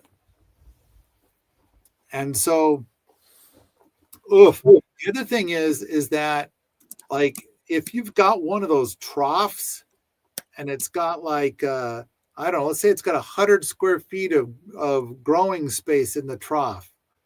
It probably doesn't, but I'm just making it up. if you were to, you have 100 square feet of growing space, but if instead you built a Hugelkultur in that same real estate, you would have 2.5 times more growing space. And so, because you can grow down the sides, and it didn't cost you anything, and it's better. In fact, I've seen people saying, look at the Hugelkultur I made, and it's got one of those big galvanized troughs, and they put wood in as they were filling it up. And it's like, okay, I guess that's Hugelkultur of a sort, but all right, chop and drop. We plant comfrey intentionally just so we can chop and drop it. And we cut down a whole bunch of, like, a giant comfrey plant that's 5 or 6 feet tall, and pack it like a bale over, and then lay all this material down as mulch, like 5 or 6 feet away. And so we build, so it's like, I know that we get snowberry here a lot. It grows wild everywhere, and it grows all over our Hugelkultur. It is a nitrogen fixing. The berries are toxic, and so we don't eat it. But the thing is that when it gets to be like, I don't know, 3 feet tall, then I cut it all down. And now the roots give off a whole bunch of nitrogen. And then the stuff I just cut down, I'll lay down where I want there to be mulch.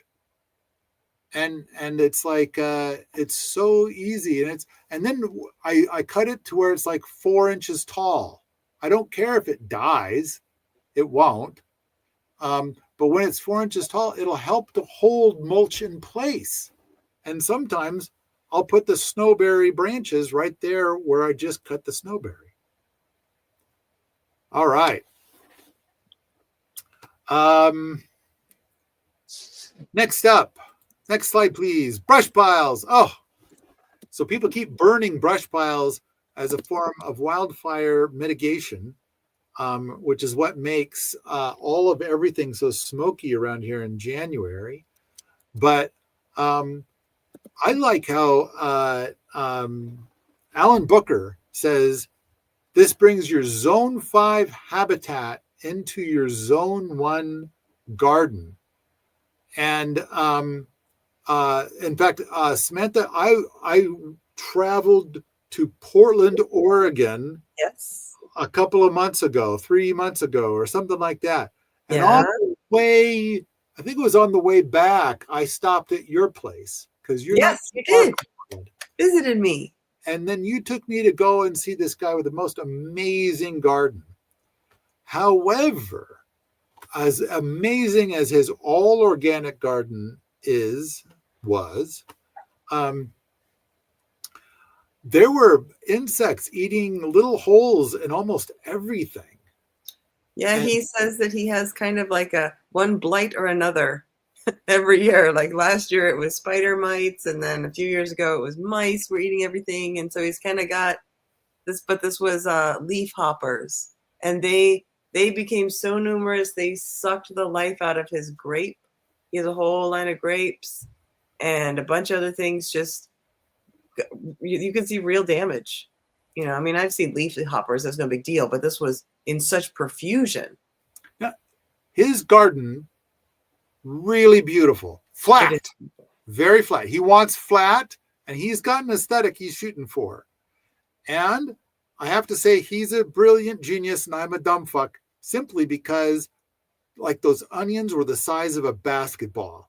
He produces a massive amount of food with very little work, but it has taken him a long time to get to that point, and great meticulous way of doing it to make it be less work. So it took a long time, but you know, he has this problem with the bugs. So I tried to suggest to him something about brush piles, and he wouldn't hear of it because they would be ugly. He gives me all his sticks. I get to load up my pickup with all his prunings and all his sticks and all his stuff and bring it home.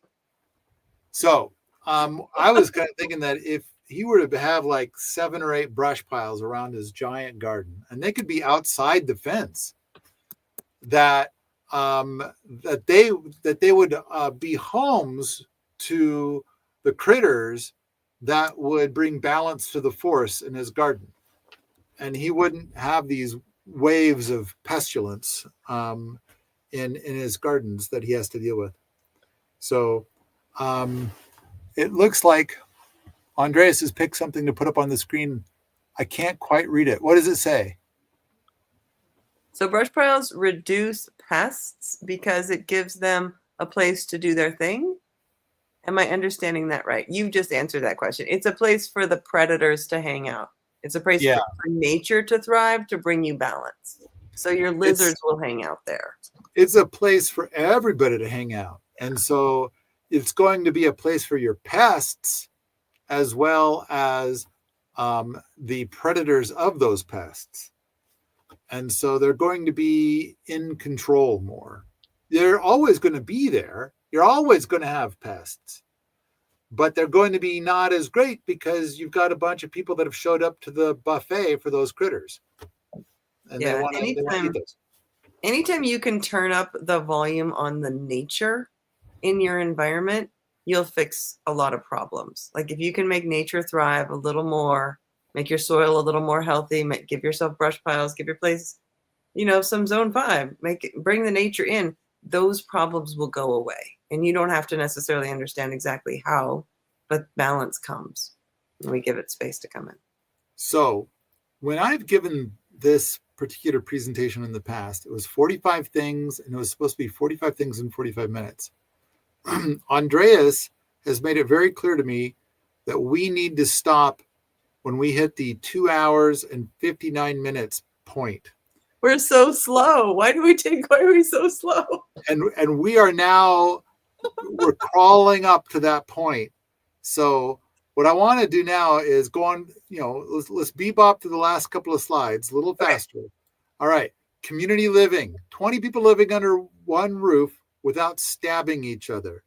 And I think this is the biggest challenge in all of permaculture, is trying to bring 20 people together under one roof to live and to somehow turn the drama knob way down, because the existing models for community have so much drama that there's a 95% failure rate. And so I believe that my efforts with gardening gardeners is the number one solution to this stuff, and I'm trying things. Let's go to the next slide, please. Oh, this is what I was talking about earlier, farm versus gardens. When you're growing a farm, your decision-making process is completely different. And a lot of times you want it to all be flat so your tractors have access. And that's why so many people grow gardens that are flat. And it's not because they have a tractor or that a tractor will ever come and do it. It's just because that they've seen other gardens that are flat. Or they're trying to emulate the farm, which is flat.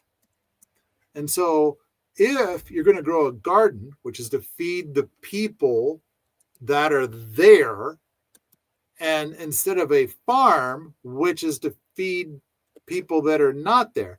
And in fact, there's this concept called food deserts, where it's about there'll be farms for 100 miles in every direction, and there's no grocery store. It's a food desert, and those people are not growing their own gardens. So the mentality of a farm is for feeding people far away. And how far away depends on the farm and stuff like that, and blah, blah, blah. But the choices that are made are transformed when it's a garden. Too often the gardens are sucking because people are trying to manage their garden like a farm. They're using farm decisions to grow their garden. Sunchokes are a great example. Sunchokes are difficult to sell at a grocery store. They don't have a great shelf life. And so In fact, I tried, there was a group of young farmers at an event, and I was the keynote speaker, so I was allowed to ask them questions. And I said, what would be your 3 crops that you would try to grow to feed yourself? And they all mentioned different things.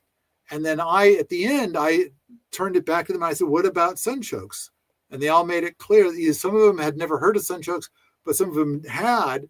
And they said, we cannot grow sunchokes because our audience either doesn't know what they are and they don't have a good shelf life. They don't work with our system, so we will not grow sunchokes. And I kind of feel like that really kind of drives the point home.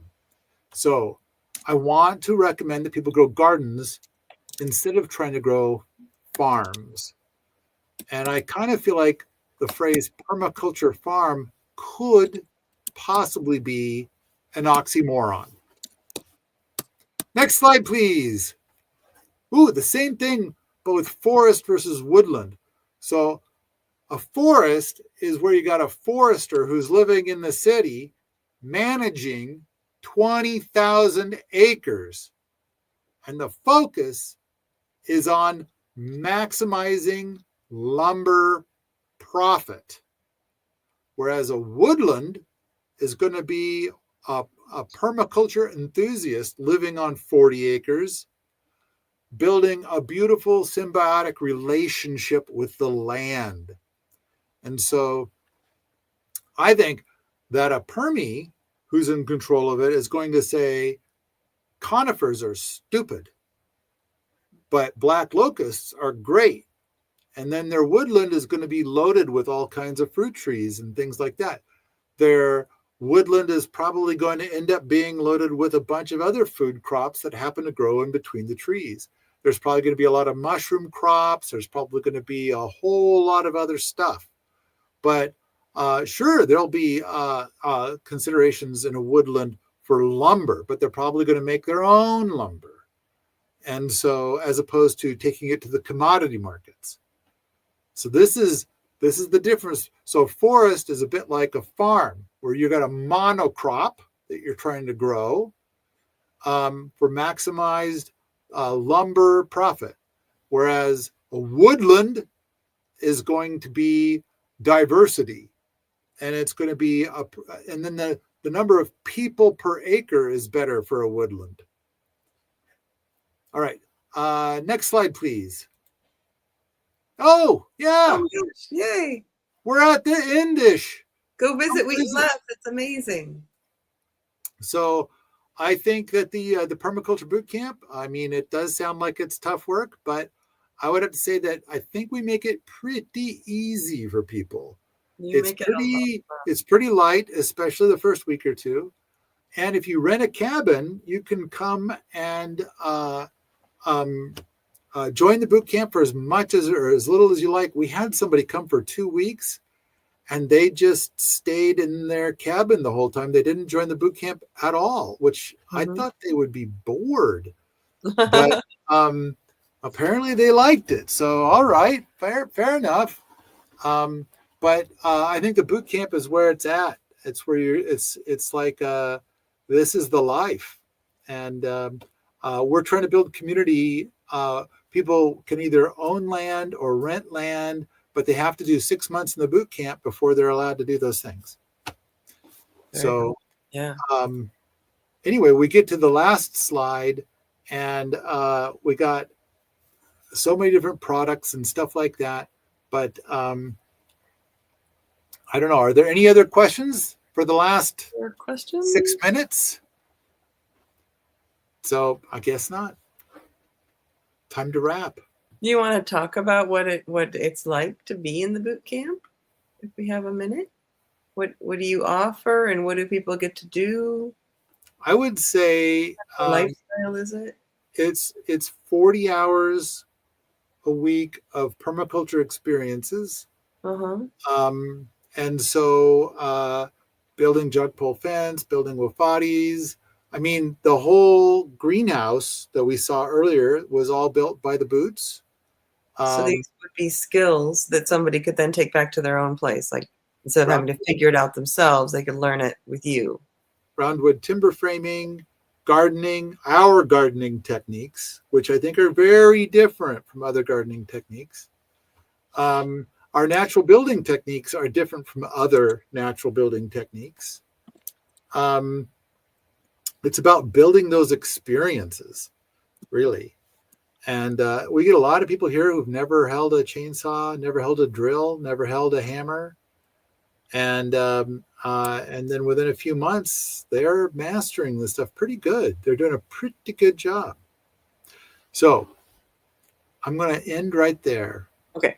If you like this sort of thing, come on out to the forums at permies.com, where we talk about many, many, many techniques of homesteading and permaculture all the time. All the time.